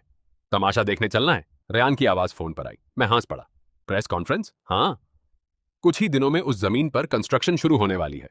वो बूढ़ा बदमाश हाल ही में बहुत इतरा रहा था। रयान ने हंसते हुए कहा, सोचते हुए टाइमिंग लगभग सही है। तो ये बात है, मैं किसी के साथ वक्त बिताने में इतना मशगूल था कि उस बूढ़े पर ध्यान ही नहीं दिया। मैंने कहा, तो फिर वहीं मिलते हैं। वहीं मिलते हैं। और नोआ को मत बताना जो तुमने अभी कहा, वरना वो फिर छत से फुटपाथ पर मिलने की कोशिश करेगा। रयान ये कहकर लटका दिया। कुछ दिन बाद की बैंक्वेट में रयान बोला, टाइलर, ये ट्राई करो। मुझे लगता है इस पेस्ट्री का जायका कॉकरोच जैसा है। यान ने टाइलर को अपनी प्लेट से एक पेस्ट्री थमाई। टाइलर ने त्योरी चढ़ाकर एक निवाला लिया। हाँ, बिल्कुल वैसा ही है। कुरकुरा, नमकीन और हल्का सा कड़वा। ये सुनते हुए नोआ ने शांति से पास से कहा, नहीं, कॉकरोच का जायका ऐसा नहीं होता। मैं पूरे यकीन से कह सकता हूं। मैं पास खड़ा इन तीनों पागलों को घूर रहा था और सोच रहा था कि कहीं और खड़ा हो जाऊं। ये बैंक्वेट काफी बड़ी थी। वहां आने वाला लगभग हर शख्स अमीर और रसूखदार बिजनेसमैन था। उनमें से कई तो मेरी फैमिली से भी ज्यादा अमीर थे। क्या तुमने दस्तावेज सौंप दिए? मैंने टाइलर से पूछा। टाइलर ने सिर हिलाया। फिक्र मत करो, टाइमिंग बिल्कुल सही है। वैसे तुम्हारे साथ रहने वाली लड़की आज नहीं आ रही? टाइलर की बात खत्म होते ही नोआ ने उसके सिर के पीछे छांटा मारा। जरा दिमाग लगा। सोच हम आज क्या करने वाले हैं। क्या उसका यहां आना ठीक लगेगा? रयान ने आह भरी। तुम्हारी इमोशनल इंटेलिजेंस हमेशा सबसे अजीब हालात में दिखती है। लेकिन क्या वैनेसा ने इस बारे में कुछ नहीं कहा? उसने कहा था। मैं 2 सेकंड चुप रहा। उसने मुझे रिचर्ड के सेफ का पासवर्ड दिया। बोली, सारे सबूत उसी में हैं? डैम। काफी देर खामोशी के बाद उन तीनों ने आखिरकार एक ही लफ्ज निकाला। हम कुछ और बात करने वाले थे कि एक नागवार आवाज ने हमें रोक दिया। ओलिविया की जानबूझकर बनाई सेक्सी आवाज मेरे पीछे से आई। अरे मिस्टर कार्टर, क्या मेरी बेकार छोटी बहन ने हाल ही में तुम्हें कोई तकलीफ दी? ओलिविया, बदतमीजी मत करो। डेनियल ने अपनी बहन को एक बनावटी डांट दी, फिर नकली मुस्कान लगाकर मेरी तरफ हाथ बढ़ाया। ईथन और तुम तीनों, बहुत दिन हो गए। उसी वक्त रिचर्ड स्टेज पर चढ़ा और स्पीच देने की तैयारी करने लगा। मैंने डेनियल के बड़े हाथ को घूरा, फिर रयान के सामने पहुंचकर डेनियल को वही पेस्ट्री की प्लेट थमा दी जो पहले थी। आसपास खड़े कई लोग अपनी हंसी ना रोक सके। डेनियल का चेहरा शर्मिंदगी से काला पड़ गया। ईथन, मुझे याद नहीं कि मैंने तुम्हारा कुछ बिगाड़ा हो, या तुम सच में मेरी सबसे छोटी बहन पर फिदा हो गए और उसकी तरफदारी करने का फैसला कर लिया।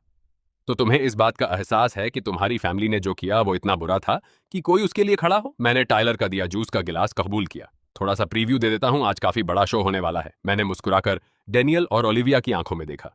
क्या तुम ऑडियंस का हिस्सा बनोगे या कास्ट का? और अगले ही पल बैंक्वेट हॉल के दरवाजे जोर से खुले। लोगों का एक बड़ा ग्रुप अंदर घुस आया। भविष्य में व्हिटमोर ग्रुप जरूर। ईथन, रिचर्ड बड़े जोश से स्टेज से स्पीच दे रहा था। आधी बात पर अंदर घुसे ग्रुप ने उसे रोक दिया। आगे एक वर्दी में एक मिडिल एज आदमी था, पीछे वैसी ही वर्दी वाले कई अफसर और कई पुलिस ऑफिसर थे। साथ में बिजनेस सूट पहने कई लोग भी थे। वो सीधे स्टेज की तरफ बढ़े। हॉल का हर मेहमान फौरन उन्हें देखने लगा। पूरा वेन्यू सन्नाटे में डूब गया। मिस्टर व्हिटमोर, हम म्यूनिसिपल टैक्स ब्यूरो और पुलिस डिपार्टमेंट की जॉइंट इन्वेस्टिगेटिव टीम है। मिडिल एज आदमी ने अपनी पहचान दिखाई। विश्वस्त सबूतों के मुताबिक व्हिटमोर ग्रुप पर कई गंभीर कानूनी उल्लंघनों का शक है। कृपया हमारी जांच में सहयोग करें। रिचर्ड की मुस्कान चेहरे पर जम गई। जरूर कोई गलतफहमी है। व्हिटमोर ग्रुप ने हमेशा कानून का पालन किया है। गलतफहमी है या नहीं, ये हम अपनी जांच से तय करेंगे। कृपया हमारे काम में सहयोग करें। मिडिल एज आदमी की आवाज में नाकाबिल ए इनकार अथॉरिटी थी। मिस्टर डेनियल व्हिटमोर और मिस ओलिविया व्हिटमोर, आपको भी जांच में सहयोग करना होगा। इन्वेस्टिगेशन टीम के लोग हमारी तरफ बढ़े। डेनियल का चेहरा मुर्दा हो गया। उसने जल्दी से स्टेज की तरफ देखा। डैड, क्या हो रहा है? ओलिविया इतना डर गई कि पीछे हट गई। मुझे कुछ नहीं पता। इससे पहले कि रिचर्ड जवाब देता, सूट वालों में से एक आदमी आगे बढ़ा और अपने ब्रीफकेस से कई दस्तावेज निकाले। एक और बात है मिस्टर व्हिटमोर, हमारी जांच के मुताबिक उस जमीन के नीचे जहां आपकी कंपनी कंस्ट्रक्शन शुरू करने वाली है, एक बड़ा प्राचीन मकबरा है। इसलिए आपको हमारे काम में सहयोग करना होगा। सामान्य हालात में आपको मुआवजा मिलता, मगर मौजूदा हालात देखते हुए सूट वाले आदमी ने वर्दी वाले अफसर से नजरें मिलाई। पहले पुलिस जांच में सहयोग करे। नहीं, यह नामुमकिन है। रिचर्ड ने पागलों की तरह दस्तावेज छीन लिए। जितना पढ़ता गया उतना ही पीला पड़ता गया। आखिरकार उसकी टांगें जवाब दे गईं और वो घुटनों के बल ढह गया। मैं चुपचाप ये सब होते देखता रहा और जूस का घूंट लिया। क्या ख्याल है ये रिकॉर्ड करके घर ले जाने का? नोआ ने अपना फोन लहराया। वीडियो बाद में भेज दूंगा। मुझे भी एक कॉपी भेज देना। रयान ने चश्मा ठीक किया और बैंक्वेट को अफरा तफरी में डूबता देखा। वो बिल्कुल सही वक्त पर आए। बेशक, टायलर ने फख्र से कहा। देखो सब किसने अरेंज किया। नोआ सोचने लगा। तुम्हें लगता है रिचर्ड का वो सेफ जिसका पासवर्ड वेनेसा ने तुम्हें दिया, उसमें और भी विस्फोटक सबूत हो सकते हैं? शायद। मैंने गिलास नीचे रखा। चलो चलते हैं, यह जगह और अफरा तफरी में डूबने वाली है। हम मुड़े और चल पड़े। जाने से पहले मैंने रिचर्ड पर आखिरी नजर डाली। तबाह हो चुका वो शख्स इत्तफाकन मेरी तरफ देख रहा था। मेरे होठों पर एक मुस्कान फैल गई। मैंने हल्के से उसकी तरफ हाथ का गिलास उठाया, फिर बिना पीछे देखे चल दिया। मेरे पीछे रिचर्ड गुस्से और बेबसी में ईथन का नाम चिल्ला रहा था। बैंक्वेट हॉल से बाहर निकलने के बाद ताजी हवा ने हमें फौरन तरोताजा कर दिया। अब आगे क्या करने का इरादा है?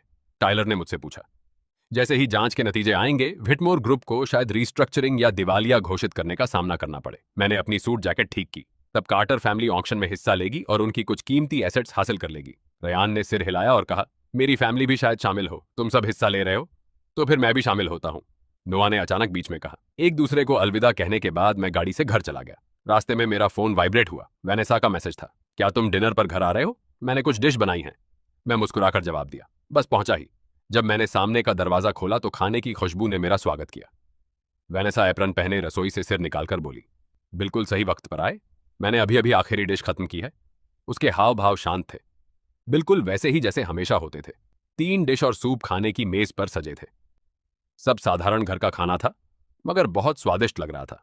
मैंने ब्रेस्ड पोर्क का एक टुकड़ा चखा। वाह, बहुत अच्छा है। तुमने खाना बनाना कब सीखा? जब मैं वहां रहती थी तब। नौकर अक्सर मेरे लिए खाना बनाना भूल जाते थे। खुशकिस्मती से उन्होंने मुझे रसोई इस्तेमाल करने से कभी मना नहीं किया। वेनेसा ने ऐसे कहा जैसे कुछ खास ना हो और मेरी कटोरी में कुछ सब्जियां डाल दी। आज जो हुआ वो पहले ही न्यूज में है। खाना उठाते हुए मेरा हाथ जरा रुका। तुम्हें कैसा लग रहा है? वेनेसा चुपचाप खाना खाती रही। मुझे कुछ खास नहीं लगता। वो बहुत पहले ही मेरी फैमिली नहीं रहे। उन्हें ऐसे अंजाम तक पहुंचते देख असल में मुझे काफी संतुष्टि हो रही है। उसने सिर उठाया। उसकी निगाहें साफ और सच्ची थीं। जिस दिन तुम मुझे ले आए, उस दिन से मेरी फैमिली सिर्फ तुम और तुम्हारे माँ बाप हैं। मेरे पास वहां का वीडियो है, देखोगी? हाँ, मुझे लगता है इसे देखकर 2 कटोरी और खा सकती हूँ। बेहतर होगा थोड़ा कम खाओ, वरना पेट खराब हो जाएगा। ये कहते हुए मैंने उसे फोन थमा दिया। इसके बाद कोई और खास बात नहीं हुई।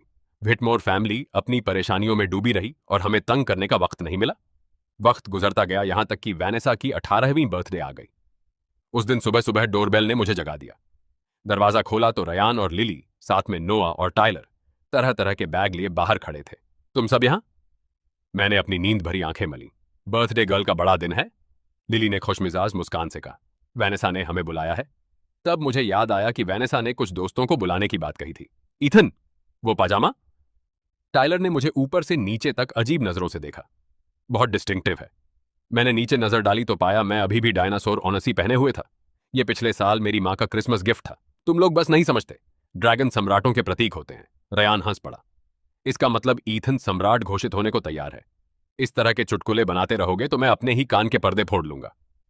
उन्हें अंदर लाने के बाद मैं कपड़े बदलने अपने कमरे गया। 2 मिनट दो। जब मैं वापस आया तो वेनेसा भी जाग चुकी थी और लिविंग रूम में मेहमानों का स्वागत कर रही थी। मेहमान बर्थडे गर्ल को तोहफे दे रहे थे। वेनेसा ने आज सफेद ड्रेस पहनी थी, बाल रिबन से पोनीटेल में बांधे हुए थे। वो ताजी और खिली खिली लग रही थी। जन्मदिन मुबारक।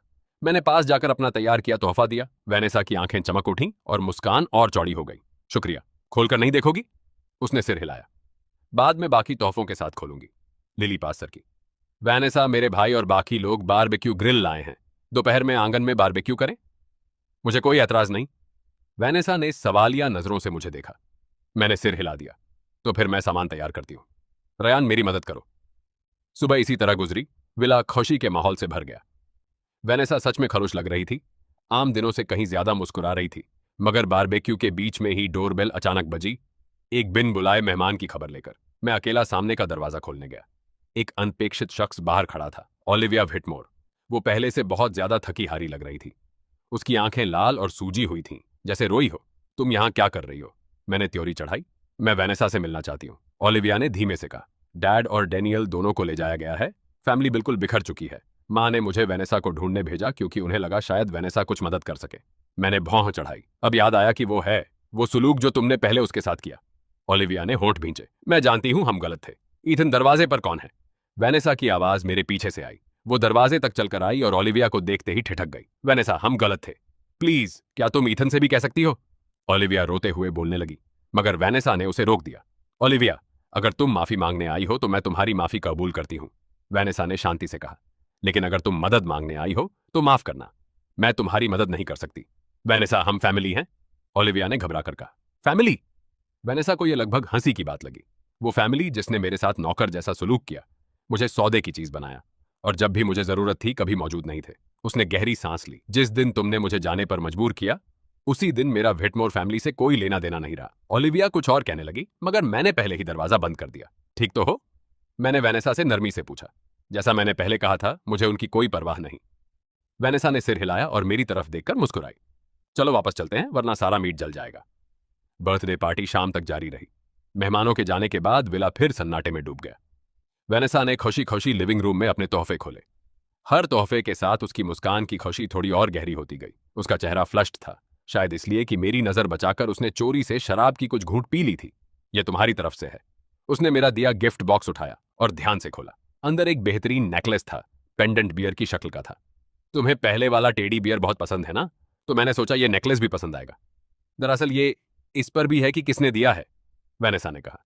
वेनेसा ने नेकलेस मेरी तरफ बढ़ाया। पहनाने में मदद करोगे?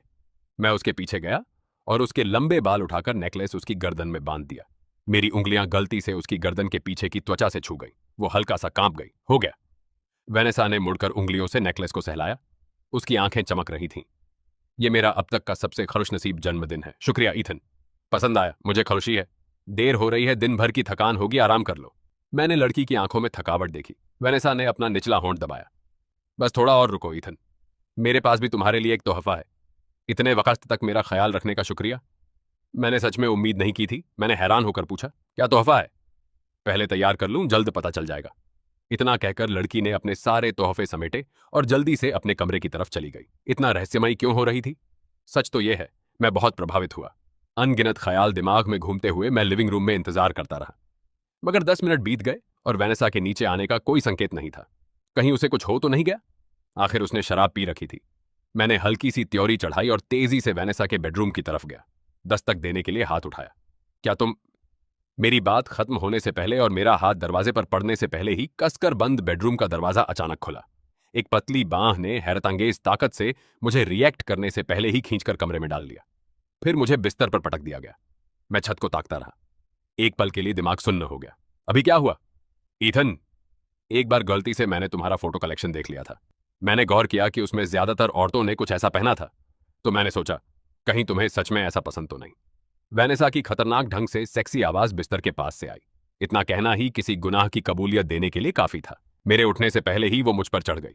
उसने मेरी दोनों कलाइयां पकड़कर मेरे सिर के पास दबोच ली। उसका चेहरा अभी भी गहरा लाल। मैं नहीं बता सकता था शराब से या शर्म से। उसकी कही बात सुनने के बाद मेरी नजर बेख्तियार नीचे गई। वेनेसा के घुटने बिस्तर पर मेरी कमर के दोनों तरफ जमे हुए थे। उसकी लंबी टांगें काले रेशम की पतली स्टॉकिंग्स में लिपटी हुई थीं, जिससे नजरें हटाना लगभग नामुमकिन हो रहा था। तुम नशे में हो? मैंने नजरें बचाने की कोशिश की, मगर आधे सेकंड से भी कम में हार मान ली और बिना पलक झपकाए घूरने लगा। मैं पूरी तरह होश में हूं, हिम्मत जुटाने के लिए बस थोड़ी सी पी थी। ईथन, तुम्हें याद है उस रात तुमने मुझसे क्या कहा था? वेनेसा ने पूछा। मैं फौरन समझ नहीं पाया। क्या? तुमने कहा था मुझे बालिग होने तक इंतजार करना होगा। वेनेसा ने सिर हिलाया और हल्का सा नीचे झुक गई। हमारे चेहरों के बीच बस कुछ इंच रह गए। मैंने वेनेसा की धुंधली आंखों में एक नई आक्रामकता देखी। अब वो कानूनी तौर पर बालिग थी। वेनेसा ने धीरे धीरे अपनी जीभ होंठों पर फिराई और मेरे कान के पास झुककर बोली, ईथन, आज मैं 18 की हो गई। अगली सुबह वाइब्रेट होते फोन ने मुझे जगा दिया। वक्त देखा तो लगभग दोपहर होने को थी। खुशकिस्मती से आज कोई प्लान नहीं था। यही सोचते हुए मैंने ध्यान से अपनी बांह वेनेसा के आगोश से निकाली और चुपके से दालान में जाकर कॉल उठाया। क्या हुआ मां? मैंने पूछा। ग्रेस ने जवाब दिया, बाहर आकर यह सामान उठाने में मदद करो। तुम्हारे पिता ऑफिस गए हैं और मैं अकेले सब नहीं उठा सकती। क्या सामान? मैंने सीढ़ियां उतरते हुए पूछा।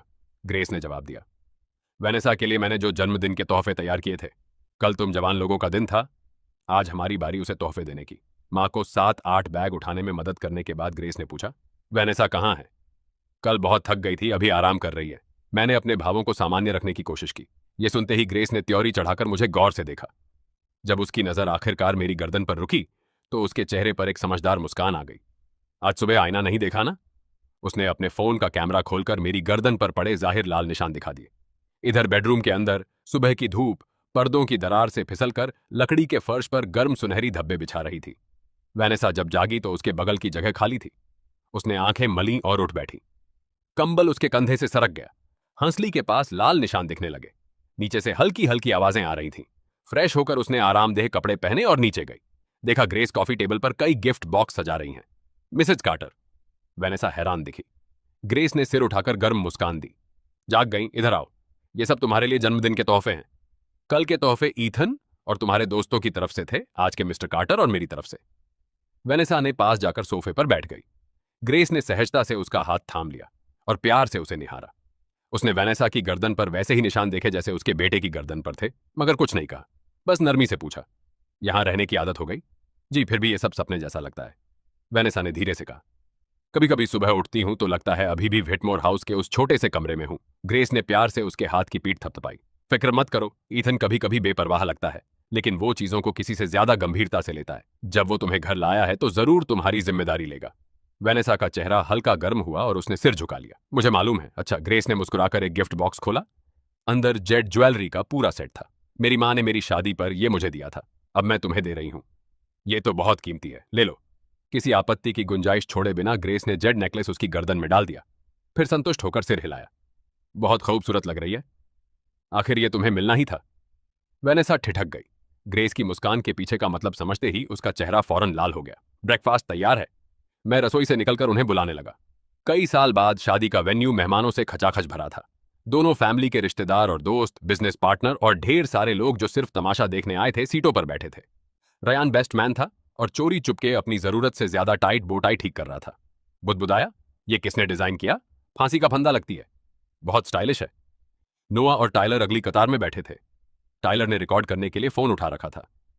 नोआ ने फौरन उसका हाथ नीचे दबा दिया। क्या लाइव स्ट्रीम कर रहे हो? तमीज से पेश आओ। ग्रुप में भेजने के लिए रिकॉर्ड कर रहा हूं, लिली ने कहा था। फिर ना कहते। जरा इस तरफ एंगल करो, ध्यान रखना उसकी मां भी फ्रेम में आए। लिली ब्राइड्समेड के तौर पर स्टेज के पास खड़ी थी। उसकी आंखें भीगी हुई थीं, टिश्यू पकड़े बार बार सूं सूं कर रही थी। टाइलर ने उसे देखा। ये क्यों रो रही है? नोआ ने शांति से जवाब दिया, जिस कपल को ये शिप करती थी आखिरकार उनकी शादी हो गई, तुम भी रोते। म्यूजिक बजने लगा। सामने के बंद दरवाजे धीरे धीरे खुले। वेनेसा सफेद वेडिंग गाउन पहने दरवाजे पर खड़ी थी। वेल ने हल्के से उसके सिर को ढांप रखा था। वो किसकी बांह पकड़े थी? किसी की नहीं। वो वहां अकेली खड़ी थी, स्टेज पर मुझे देखती हुई, होंठों पर हल्की मुस्कान लिए। मेहमानों में से कोई फुसफुसाया, दुल्हन अकेली क्यों है? सुना है वो व्हिटमोर फैमिली की बेटी है। उसकी फैमिली तो बिखर गई, कोई उसे लाने वाला नहीं। ये तो। इससे पहले कि वो खत्म करता, वेनेसा आगे चलने लगी। उसके कदम मजबूत थे, एक के बाद एक, और उसकी नजरें कभी मुझसे नहीं हटी। ना उसका बाप साथ था, ना कोई फैमिली उसे विदा करने। फिर भी वो किसी से ज्यादा पक्के इरादे से चल रही थी। स्टेज पर खड़े मैंने उसे अपनी तरफ आते देखा और अचानक मुझे वो लड़की याद आई जो बरसों पहले पिछली सीट पर खुद को परछाइयों में छिपाकर बैठी थी। तब उसने पूछा था, तुमने मुझे क्यों चुना? अब मैं आखिरकार जवाब दे सकता था, क्योंकि शुरू से मैं देखना चाहता था कि तुम धूप में खड़ी कैसी लगोगी। वो मेरे पास पहुंची और अपना हाथ मेरे हाथ में दे दिया। बहुत देर से इंतजार कर रहे हो? उसने नरमी से पूछा। ज्यादा नहीं, बस कुछ साल, मैंने कहा। वो मुस्कुराई। उसकी आंखें हल्की नम थीं। अफसर ने कस्में पढ़नी शुरू की, मगर हम दोनों में से कोई सुन नहीं रहा था। ईथन कार्टर, एक्स एस्ट्रियस, क्या तुम मिस वेनेसा व्हिटमोर को अपनी पत्नी के रूप में स्वीकार करते हो? गरीबी में या दौलत में, बीमारी में या सेहत में? मैं स्वीकार करता हूं। वेनेसा व्हिटमोर, क्या तुम मिस्टर ईथन कार्टर को अपने पति के रूप में स्वीकार करती हो? मैं करती हूँ। अफसर जाम हो गया। मैंने अभी पूछा। खत्म नहीं किया? जरूरत नहीं, वेनेसा ने कहा। मैं स्वीकार करती हूँ। मेहमान ठहाके मारकर हंस पड़े। लिली और जोर से रोने लगी। सिसकियां भरते हुए रयान को थप्पड़ मारा। रयान, देखा वेनेसा कितनी कूल है? रयान ने आंखें घुमाई। देख लिया। अब पहले मेरी बो टाई ढीली करो, दम घुट रहा है। अंगूठियां बदलते वक्त मैंने वेनेसा का हाथ पकड़ा और अचानक उसकी उंगली पर एक छोटी सी गट्टी देखी। सालों होमवर्क और बिजनेस प्लान लिखते लिखते पड़ गई थी। मैंने अंगूठी उसकी उंगली में पहना दी, बिल्कुल फिट बैठी। जब उसकी बारी मुझे पहनाने की आई तो उसके हाथ हल्के से कांप रहे थे। काफी देर तक लगी लिपटी रही, पहन नहीं पा रही थी। कांपना बंद करो, मैंने फुसफुसाया। मैं नहीं कांप रही। उसने इनकार किया, मगर हाथ और भी कांपने लगे। मेहमान फिर हंस पड़े। आखिरकार अंगूठी पहनाकर उसने राहत की सांस ली और मुझे घूरा। मैंने झुककर फुसफुसाया, कल रात तो बड़ी एनर्जेटिक थी, अब हाथ क्यों कांप रहे हैं? उसका चेहरा लाल हो गया और उसने मेरे पैर पर पैर रख दिया। अफसर को आखिरकार बोलने का मौका मिला। दूल्हा अब दुल्हन को चूम सकता है। मैंने उसका वेल उठाया और संवरे चेहरे को देखा, मगर उसकी आंखें वैसी ही थीं, साफ और चमकीली। हल्की शरारत लिए। ईथन, उसने अचानक नरमी से बुलाया। शुक्रिया। किस लिए? उसने जवाब नहीं दिया। पंजों पर उठकर मुझे चूम लिया। मेहमानों की जोरदार तालियां गूंज उठीं। लिली इतना रोई कि लगभग बेहोश हो गई और सिर्फ इसलिए खड़ी रह पाई क्योंकि रयान ने उसे थाम रखा था। बहुत देर बाद वेनेसा ने आखिरकार मेरे कान में फुसफुसाया, मेरे बड़े होने तक इंतजार करने का शुक्रिया। शादी की रस्म के बाद रिसेप्शन शुरू हुआ। मैं मेज दर मेज जाकर लोगों के साथ गिलास टकराता रहा। वेनेसा ने लाल रिसेप्शन ड्रेस पहन ली थी और मेरे साथ रही। जब हम अपने दोस्तों की मेज पर पहुंचे तो रयान पहले ही पीकर लाल हो चुका था। वो उठा और गिलास उठाया। ईथन, ये तुम्हारे लिए है। इतने साल दोस्त रहे, आखिर तुम्हें ब्याहता देख लिया। मैंने गिलास उठाया। ज्यादा मत पीना, बाद में मुझे घर पहुंचाने में मदद करनी है। रिलैक्स, तुम्हें पता है मैं शराब कितनी अच्छी पकड़ता हूं। रयान ने एक ही घूंट में गिलास खाली कर दिया, फिर फौरन मेज पर ढह गया। नोआ ने शांति से उसे सीधा टिका दिया। ये एक ही घूंट में निकल जाता है, फिर भी हमेशा शेखी बघाड़ता है। टाइलर फोन उठाकर पास आया। आओ साथ खड़े हो, फोटो लेता हूं। वेनेसा और मैं साथ खड़े हो गए। उसने अपनी बांह मेरी बांह में डाली और प्यारी सी मुस्कान दी। टाइलर ने फोटो खींचने के बाद गौर से देखा और 2 बार चुटकी बजाई। बुरा नहीं है, इसे वेडिंग फोटो की तरह इस्तेमाल कर सकते हो। ये वेडिंग फोटो ही है। मेरा मतलब दीवार पर टांगने वाली। उसे वेडिंग फोटो नहीं, ब्राइडल पोर्ट्रेट कहते हैं। दोनों एक ही बात है, नोआ ने पास से कहा। इसकी कोई गर्लफ्रेंड भी नहीं, इसे कुछ समझाने का फायदा नहीं। टाइलर ने नोआ को घूरा। लड़ना चाहते हो? जब हम लिली की मेज पर पहुंचे तो उसकी आंखें अभी भी लाल थीं। हमें आता देख वो खड़ी हुई और बाहें फैला दी। वेनेसा, मुझे गले लगाओ। वेनेसा ने मुस्कुराकर उसे गले लगा लिया। लिली ने उसके कंधे पर सिसकियां ली। तुम दोनों खुश रहना, वरना जिस शिप को मैंने इतने साल सपोर्ट किया वो डूब जाएगी। रहेंगे? वेनेसा ने उसकी पीठ थपथपाई। लिली ने उसे छोड़ा और मेरी तरफ मुड़ी। उसका भाव अचानक गंभीर हो गया। ईथन, अगर कभी तुमने वेनेसा के साथ बुरा किया तो सबसे पहले मैं ऐतराज करूंगी। और ऐतराज कैसे करोगी? मैं अपने भाई से तुम्हारी दोस्ती तोड़वा दूंगी। रयान, जो उसके पास ही बेहोश पड़ा था, अचानक सिर उठाकर बोला। क्या? कौन दोस्ती तोड़ रहा है? नहीं, हम दोस्ती नहीं तोड़ सकते। फिर ढह गया। मुझे हंसी आ गई। ठीक है, याद रखूंगा। रिसेप्शन के आखिर में वेनेसा मेकअप ठीक करने रेस्टरूम गई। मैं कोने में अकेला पानी पी रहा था कि कोई अचानक पास आया। ओलिविया थी। कई सालों बाद वो बहुत ज्यादा घिसी पिटी लग रही थी। मामूली ड्रेस पहने, चेहरे से पुराना घमंड गायब। मिस्टर कार्टर, वो थोड़ी झिझक के साथ मेरे सामने खड़ी हुई। मैंने बिना कुछ बोले उसे देखा। मैं बस वेनेसा को देखने आना चाहती थी, उसने धीरे से कहा। जानती हूं वो मुझे नहीं देखना चाहेगी। मैं उसके सामने खड़े होने लायक भी नहीं, लेकिन आज उसकी शादी है। वो रुकी, फिर मुझे देखा। क्या तुम उसे मेरा एक पैगाम दे सकते हो? कहना मुझे माफ कर दे। उसकी आंखें भीग गईं और बोली, कहना मैं उसकी खुशी चाहती हूं। मैंने उसे देखा और कई सेकंड खामोश रहा। खुद कह दो। ओलिविया जम गई, फिर मेरी नजर का पीछा किया। वेनेसा कभी की लौट आई थी और पास ही खड़ी थी। दोनों बहनें कई गज की दूरी से एक दूसरे को ताक रही थीं। वेनेसा ने चलकर मेरे पास आकर ओलिविया को देखा। वेनेसा। ओलिविया के होंठ हिले, मगर वेनेसा ने कहा, मैंने सब सुन लिया। वेनेसा शांति से बोली, मैं तुम्हारी शुभकामनाएं कबूल करती हूं। ओलिविया की आंखें और लाल हो गईं। वेनेसा, पहले जो कुछ भी हुआ अतीत बीत गया। वेनेसा ने उसे रोका। मैं तुम में से किसी को माफ नहीं करूंगी, मगर हमेशा तुमसे नफरत भी नहीं करती रहूंगी। बहुत थकाव है। वो रुकी, फिर हल्के से अपनी बांह मेरी बांह में डाल दी। मैं अभी बहुत खुश हूं। मेरे पास एक पति है जो मुझसे प्यार करता है, सास ससुर जो मेरी परवाह करते हैं और सच्चे दोस्त हैं। इतना काफी है। ओलिविया के गालों पर आंसू ढुलक आए। उसने बार बार सिर हिलाया। अच्छा, यही बहुत है। वो मुड़कर जाने लगी। कई कदम चलकर उसने आखिरी बार वेनेसा की तरफ देखा, फिर भीड़ में गायब हो गई। वेनेसा मेरे कंधे से टिक गई और हल्की सांस छोड़ी। ठीक हो? मैंने पूछा। ठीक हूं। उसने सिर उठाकर मुझे देखा और मुस्कुराई। चलो, अभी भी सारे मेहमानों के साथ गिलास नहीं टकराए। रिसेप्शन खत्म हुआ और मेहमान धीरे धीरे रवाना हो गए। नोआ और टाइलर ने रयान को घसीटकर गाड़ी तक पहुंचाया। जाते जाते भी वो खिड़की से चिपककर चिल्ला रहा था, ईथन शादी मुबारक, कल कल मैं उठकर फोन करूंगा, पहले उठ तो जाओ। नोआ ने उसे वापस गाड़ी में ढकेलकर दरवाजा बंद किया। लिली गाड़ी में बैठने से पहले वापस दौड़कर आई और फिर से वैनेसा को गले लगा लिया। वैनेसा, मैं जा रही हूं, कल मैसेज करूंगी, रिप्लाई जरूर करना। ठीक है, और एक बात। वो पास झुकी और वैनेसा के कान में कुछ फुसफुसाया। वैनेसा का चेहरा फौरन लाल हो गया। लिली हंसते हुए वापस गाड़ी की तरफ भागी। दरवाजा बंद करने से पहले दोनों हाथों से दिल का इशारा किया। गाड़ी चली गई। विला का एंट्रेंस आखिरकार शांत हो गया। वैनेसा और मैं दरवाजे पर खड़े आखिरी गाड़ी की टेल लाइट को रात में गायब होते देखते रहे। थक गई होगी? मैंने पूछा। बस पैरों में थोड़ा दर्द है, ऊंची हील्स पहनकर काफी चल ली। उसने मेरे कंधे पर टेक लगाई। तो अंदर चलो। ठीक है। देर रात ब्राइडल सूट में हमने बेडरूम का दरवाजा खोला तो पाया किसी ने पहले ही सजा रखा था। चादरें और रजाई गहरे लाल रंग की थीं। तकियों पर फूलों की पंखुड़ियां बिखरी थीं। नाइट स्टैंड पर खुशबूदार मोमबत्तियां रखी थीं, साथ में रेड वाइन की बोतल और 2 गिलास। वैनेसा एक पल के लिए ठिठकी। क्या तुम्हारी मम्मी ने सजाया? और कौन हो सकता है? मैंने अंदर जाकर वाइन की बोतल उठाई। उन्होंने वाइन भी तैयार रखी है, पीना चाहोगी? उसने सिर हिलाया। आज बहुत पी ली? तो फिर नहा लो। उसने सिर हिलाया और बाथरूम में चली गई। मैं बिस्तर के किनारे बैठकर अंदर पानी बहने की आवाज सुनने लगा। अचानक सब कुछ थोड़ा अनरियल लगने लगा। उस दिन से जब मैं उसे व्हिटमोर हाउस से बाहर लाया था, अब तक सालों बीत चुके थे। लगता था पलक झपकते ही गुजर गए। तब वो एक उदास हाई स्कूल गर्ल थी जो परछाइयों में छिपती थी और मुश्किल से 2 शब्द बोलती थी। और अब बाथरूम का दरवाजा खुला। वैनेसा नाइट गाउन में बाहर निकली। उसके गीले बाल कंधों पर बिखरे हुए, भाप से चेहरा गुलाबी। वो वैनिटी पर बैठ गई और बाल सुखाने लगी। मैंने पास जाकर उसके हाथ से तौलिया ले लिया। मैं करता हूं। वो थोड़ी देर ठिठकी, फिर आज्ञाकारी ढंग से बैठी रही और मुझे अपने बाल सुखाने दी। ईथन, उसने अचानक कहा, हम शादी पर तुमने जो कहा, क्या वो सच था कि बस कुछ साल ही लगे? क्या मतलब? तुमने कहा था मेरे तुम तक पहुंचने के इंतजार में बस कुछ साल लगे। उसने आईने में से मुझे देखा। क्या सच में तुम्हें लगता है लंबा नहीं लगा? मैंने एक पल सोचा। लंबा भी लगा और छोटा भी। उसका क्या मतलब? लंबा इसलिए क्योंकि तुम्हें अंदाजा नहीं मेरे लिए इंतजार करना कितना मुश्किल था। मैंने तौलिया रख दिया और हेयर ड्रायर उठा लिया। एक खूबसूरत हाई स्कूल गर्ल लगातार मेरे सामने घूम रही थी और मुझे खुद को रोकना पड़ता था। जानती हो एक आम मर्द के लिए कितना आत्मनियंत्रण चाहिए। वो जोर से हंस पड़ी। तो फिर कैसे कर लिया? हमारे मुल्क के व्यापक क्रिमिनल जस्टिस सिस्टम की बदौलत। मैंने ड्रायर चालू किया और उसके बाल सुखाने लगा। गर्म हवा लगातार चल रही थी और वो चुपचाप बैठी रही। कभी कभी आईने में से मुझे देख लेती। जब उसके बाल लगभग सूख गए तो मैंने ड्रायर बंद किया और उसके कानों के पीछे बाल टिका दी। उसने आईने में से मुझे देखा। उसकी आंखें चमक रही थीं। ईथन, मेरा इंतजार करने का शुक्रिया। मैंने सिर झुकाकर उसके सिर के ऊपर किस किया। तुम्हारा स्वागत है। वो मेरी तरफ मुड़ी और दोनों बाहें मेरी कमर में लपेट दी। तो अब? उसने सिर उठाया। आंखों में हल्की शरारत थी। क्या इसका मतलब है अब तुम्हें रोकने की जरूरत नहीं?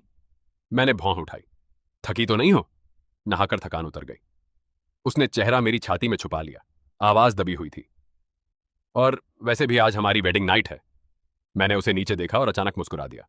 वैनेसा, पता है तुम अभी बिल्कुल किसकी तरह लग रही हो? किसकी तरह?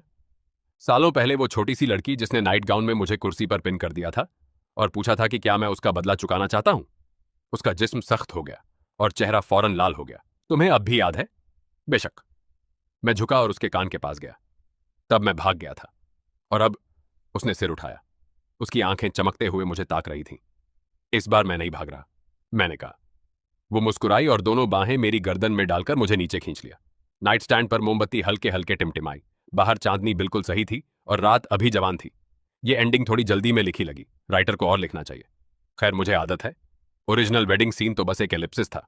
बाकी मैंने खुद एपिलॉग की तरह लिखा, उस रिबन के बारे में। शादी के एक दिन बाद वैनेसा अलमारी संवार रही थी कि अचानक बोली, ईथन, इधर आओ जरा। मैंने जाकर देखा तो उसके हाथ में पुराना रिबन था, वही जो पहली डेट पर शॉपिंग के बाद ड्रेस के चारों तरफ बंधा था। क्या है? देखो। उसने रिबन खोला और छोटे छोटे लफ्जों की एक लाइन की तरफ इशारा किया। मैंने झुककर देखा। काले मार्कर से लिखा था, भविष्य की मिसेज कार्टर के लिए। मैं ठिठक गया। ये तुमने कब लिखा? मैंने नहीं लिखा। उसने मेरी तरफ देखा। आंखें मुस्कुरा रही थीं।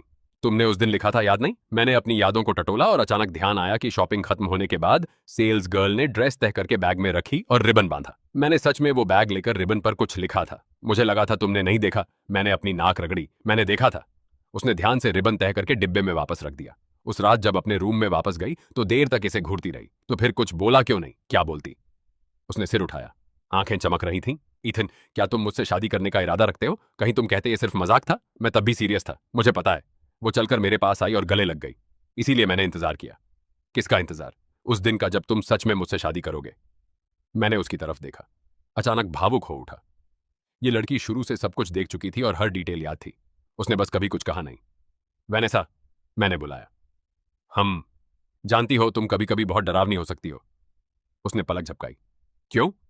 क्योंकि तुम बहुत ज्यादा सब्र कर सकती हो, सालों तक अपने प्यार को छुपा सकती हो और सालों तक किसी चीज की चाहत को भी छुपा सकती हो। बीमार हो जाने का डर नहीं लगता? उसने गंभीरता से सोचा। मगर देखो मेरे सब्र का नतीजा क्या निकला। उसने सिर उठाकर मुस्कुराया। तुम मिल गए। मैं थोड़ी देर के लिए जाम हो गया, फिर हंस पड़ा। अच्छा, तुम शब्दों की बहुत अच्छी जानकार हो। बोनस चैप्टर 2, येली का कपल वॉचिंग डायरी, लिली का निजी नोट। तारीख, शादी का दिन। आज की एंट्री, वेनेसा और ईथन की शादी हो गई। मैं रस्म में बच्चे की तरह रोई। सच में कभी नहीं सोचा था किसी कपल को शिप करने से इतना गहरा असर पड़ सकता है। मैंने उन्हें एक दूसरे को जानने से पहले ही शिप करना शुरू कर दिया था, फिर उन्हें साथ रहते, डेट करते और आखिर शादी करते देखा। मेरी जिंदगी पूरी हो गई। वेनेसा आज बिल्कुल हसीन लग रही थी और ईथन बेहद हैंडसम। जब वो अंगूठियां बदल रहे थे, वेनेसा के हाथ इतने कांप रहे थे कि वो ईथन की अंगूठी नहीं पहना पा रही थी। ईथन ने कुछ फुसफुसाया जिस पर वेनेसा ने उसके पैर पर पैर रख दिया। जब पादरी ने किस करने को कहा तो वेनेसा पंजों पर उठकर पहले ही किस कर लिया। ईथन एक सेकंड को जाम हुआ, फिर उसे बाहों में भर लिया। आह, मैं मर गई। तारीख, शादी के 1 महीने बाद आज मैं उनके घर डिनर पर गई। वेनेसा का खाना पकाना दिन ब दिन बेहतर होता जा रहा है। ईथन ने रसोई में उसकी मदद की और दोनों ने साथ में बिल्कुल परफेक्ट काम किया। उन्हें देखते हुए मुझे अचानक याद आया कि कुछ साल पहले वेनेसा खाना बनाना नहीं जानती थी, बस इंस्टेंट नूडल्स खा सकती थी। वेनेसा ने ईथन की कटोरी में खाना डाला और ईथन ने वेनेसा को सूप दिया। मैं अपनी हंसी रोक ना पाई और बड़ी ग्रिन के साथ उन्हें देखती रही। मेरे भाई ने बगल से मुझे चुभोया। खाना खाते वक्त नॉर्मल हो सकती हो। मैंने कहा, तुम नहीं समझोगे, ये इमर्सिव कपल शिपिंग है। वो बोला, ये कैसी बकवास है? जो लोग शिपिंग नहीं समझते उनका बर्ताव ऐसा ही होता है। तारीख, शादी के 6 महीने बाद आज जमीन आसमान हिला देने वाली खबर सुनी। वेनेसा प्रेग्नेंट है। मैं गॉड मदर बनूंगी। हालांकि अभी तक किसी ने हामी नहीं भरी। जब ईथन ने यह खबर ऑनलाइन डाली, तस्वीर में वेनेसा का अल्ट्रासाउंड और उन दोनों की फोटो थी। कैप्शन में सिर्फ 4 लफ्ज थे, लेवल अपग्रेडेड, शुक्रिया। मैंने कमेंट किया, मुबारक हो, मैं गॉड मदर बनने वाली हूं। उसने जवाब दिया, क्या? उस सवालिया निशान का क्या मतलब था? इनकार कर रहा था। मुझे फर्क नहीं पड़ता, मैं तो गॉड मदर बन के रहूंगी। तारीख, शादी के 1 साल बाद बच्चा पैदा हुआ, बेटी है। जब मैं मिलने गई तो वेनेसा अभी पोस्टमार्टम केयर सेंटर में थी। वो बहुत अच्छी लग रही थी। ईथन अपनी बेटी को पकड़े हुए ऐसे भाव बना रहा था जो एक साथ बेवकूफाना और गर्वीला था। आमतौर पर शांत रहने वाला कार्टर वारिस बिल्कुल नहीं लग रहा था। मैंने झुककर देखा। बच्ची इतनी छोटी, आंखें बंद किए सो रही थी। नाम क्या रखा? मैंने पूछा। नताली कार्टर, वेनेसा ने कहा। हमने चुना जिसका मतलब है जिसे हमने तरसा। मैं थोड़ी देर ठिठकी, वेनेसा को देखा, फिर ईथन को। ईथन शर्मिंदगी में मुंह फेर गया जबकि वेनेसा उसे देखकर मुस्कुरा रही थी। मैं समझ गई, वो सारे साल किसे तरस रहे थे। खैर, मुझसे तो कोई मतलब नहीं था। आह, मैंने उन्हें फिर से शिप कर लिया। तारीख, शादी के 3 साल बाद आज मैं छोटी नताली को अम्यूजमेंट पार्क ले गई। वो बेहद प्यारी है। 2 छोटी छोटी पिगटेल में बाल बांधे भागती है तो वो उछलती हैं। वो वेनेसा को मम्मी, ईथन को डैडी बुलाती है और मुझे आंट लिली कहती है। चलो आंट लिली ही सही, कुछ ना होने से तो बेहतर है। जब हमने मेरी गो राउंड की सवारी की तो नताली की जिद थी कि उसके मम्मी डैडी दोनों उसके साथ बैठें। ईथन छोटे लकड़ी के घोड़े के लिए बहुत बड़ा था, टांगें भी पूरी नहीं फैला पा रहा था। उसके भाव बड़े मजेदार थे। वेनेसा उसके बगल में बेकाबू हंस रही थी और 1 दर्जन से ज्यादा तस्वीरें खींच ली। शाम को घर लौटते वक्त नताली सो गई। ईथन ने उसे गोद में उठाया जबकि वेनेसा ने अपनी बाह उसकी बाह में डाल दी। स्ट्रीट लाइटों ने उनकी परछाइयां जमीन पर दूर तक खींच दी थीं। उनके पीछे पीछे चलते हुए मुझे अचानक भावुक कर दिया। मैंने उनके साथ होने से पहले ही उन्हें शिप करना शुरू कर दिया था और अब वो 3 लोगों का परिवार बन चुके थे। वक्त सच में तेजी से गुजर गया, लेकिन ये ठीक है। मेरे पास पूरी जिंदगी पड़ी है उन्हें शिप करते रहने के लिए। आखिर इतने परफेक्ट कपल को बुढ़ापे तक शिप ना करना तो बड़ी शर्म की बात होगी। बोनस चैप्टर खत्म और ये कहानी का अंत है। सब लोग लाइक और फॉलो करें। ये अकाउंट नॉवेल और कॉमिक स्टोरीज अपडेट करता रहेगा।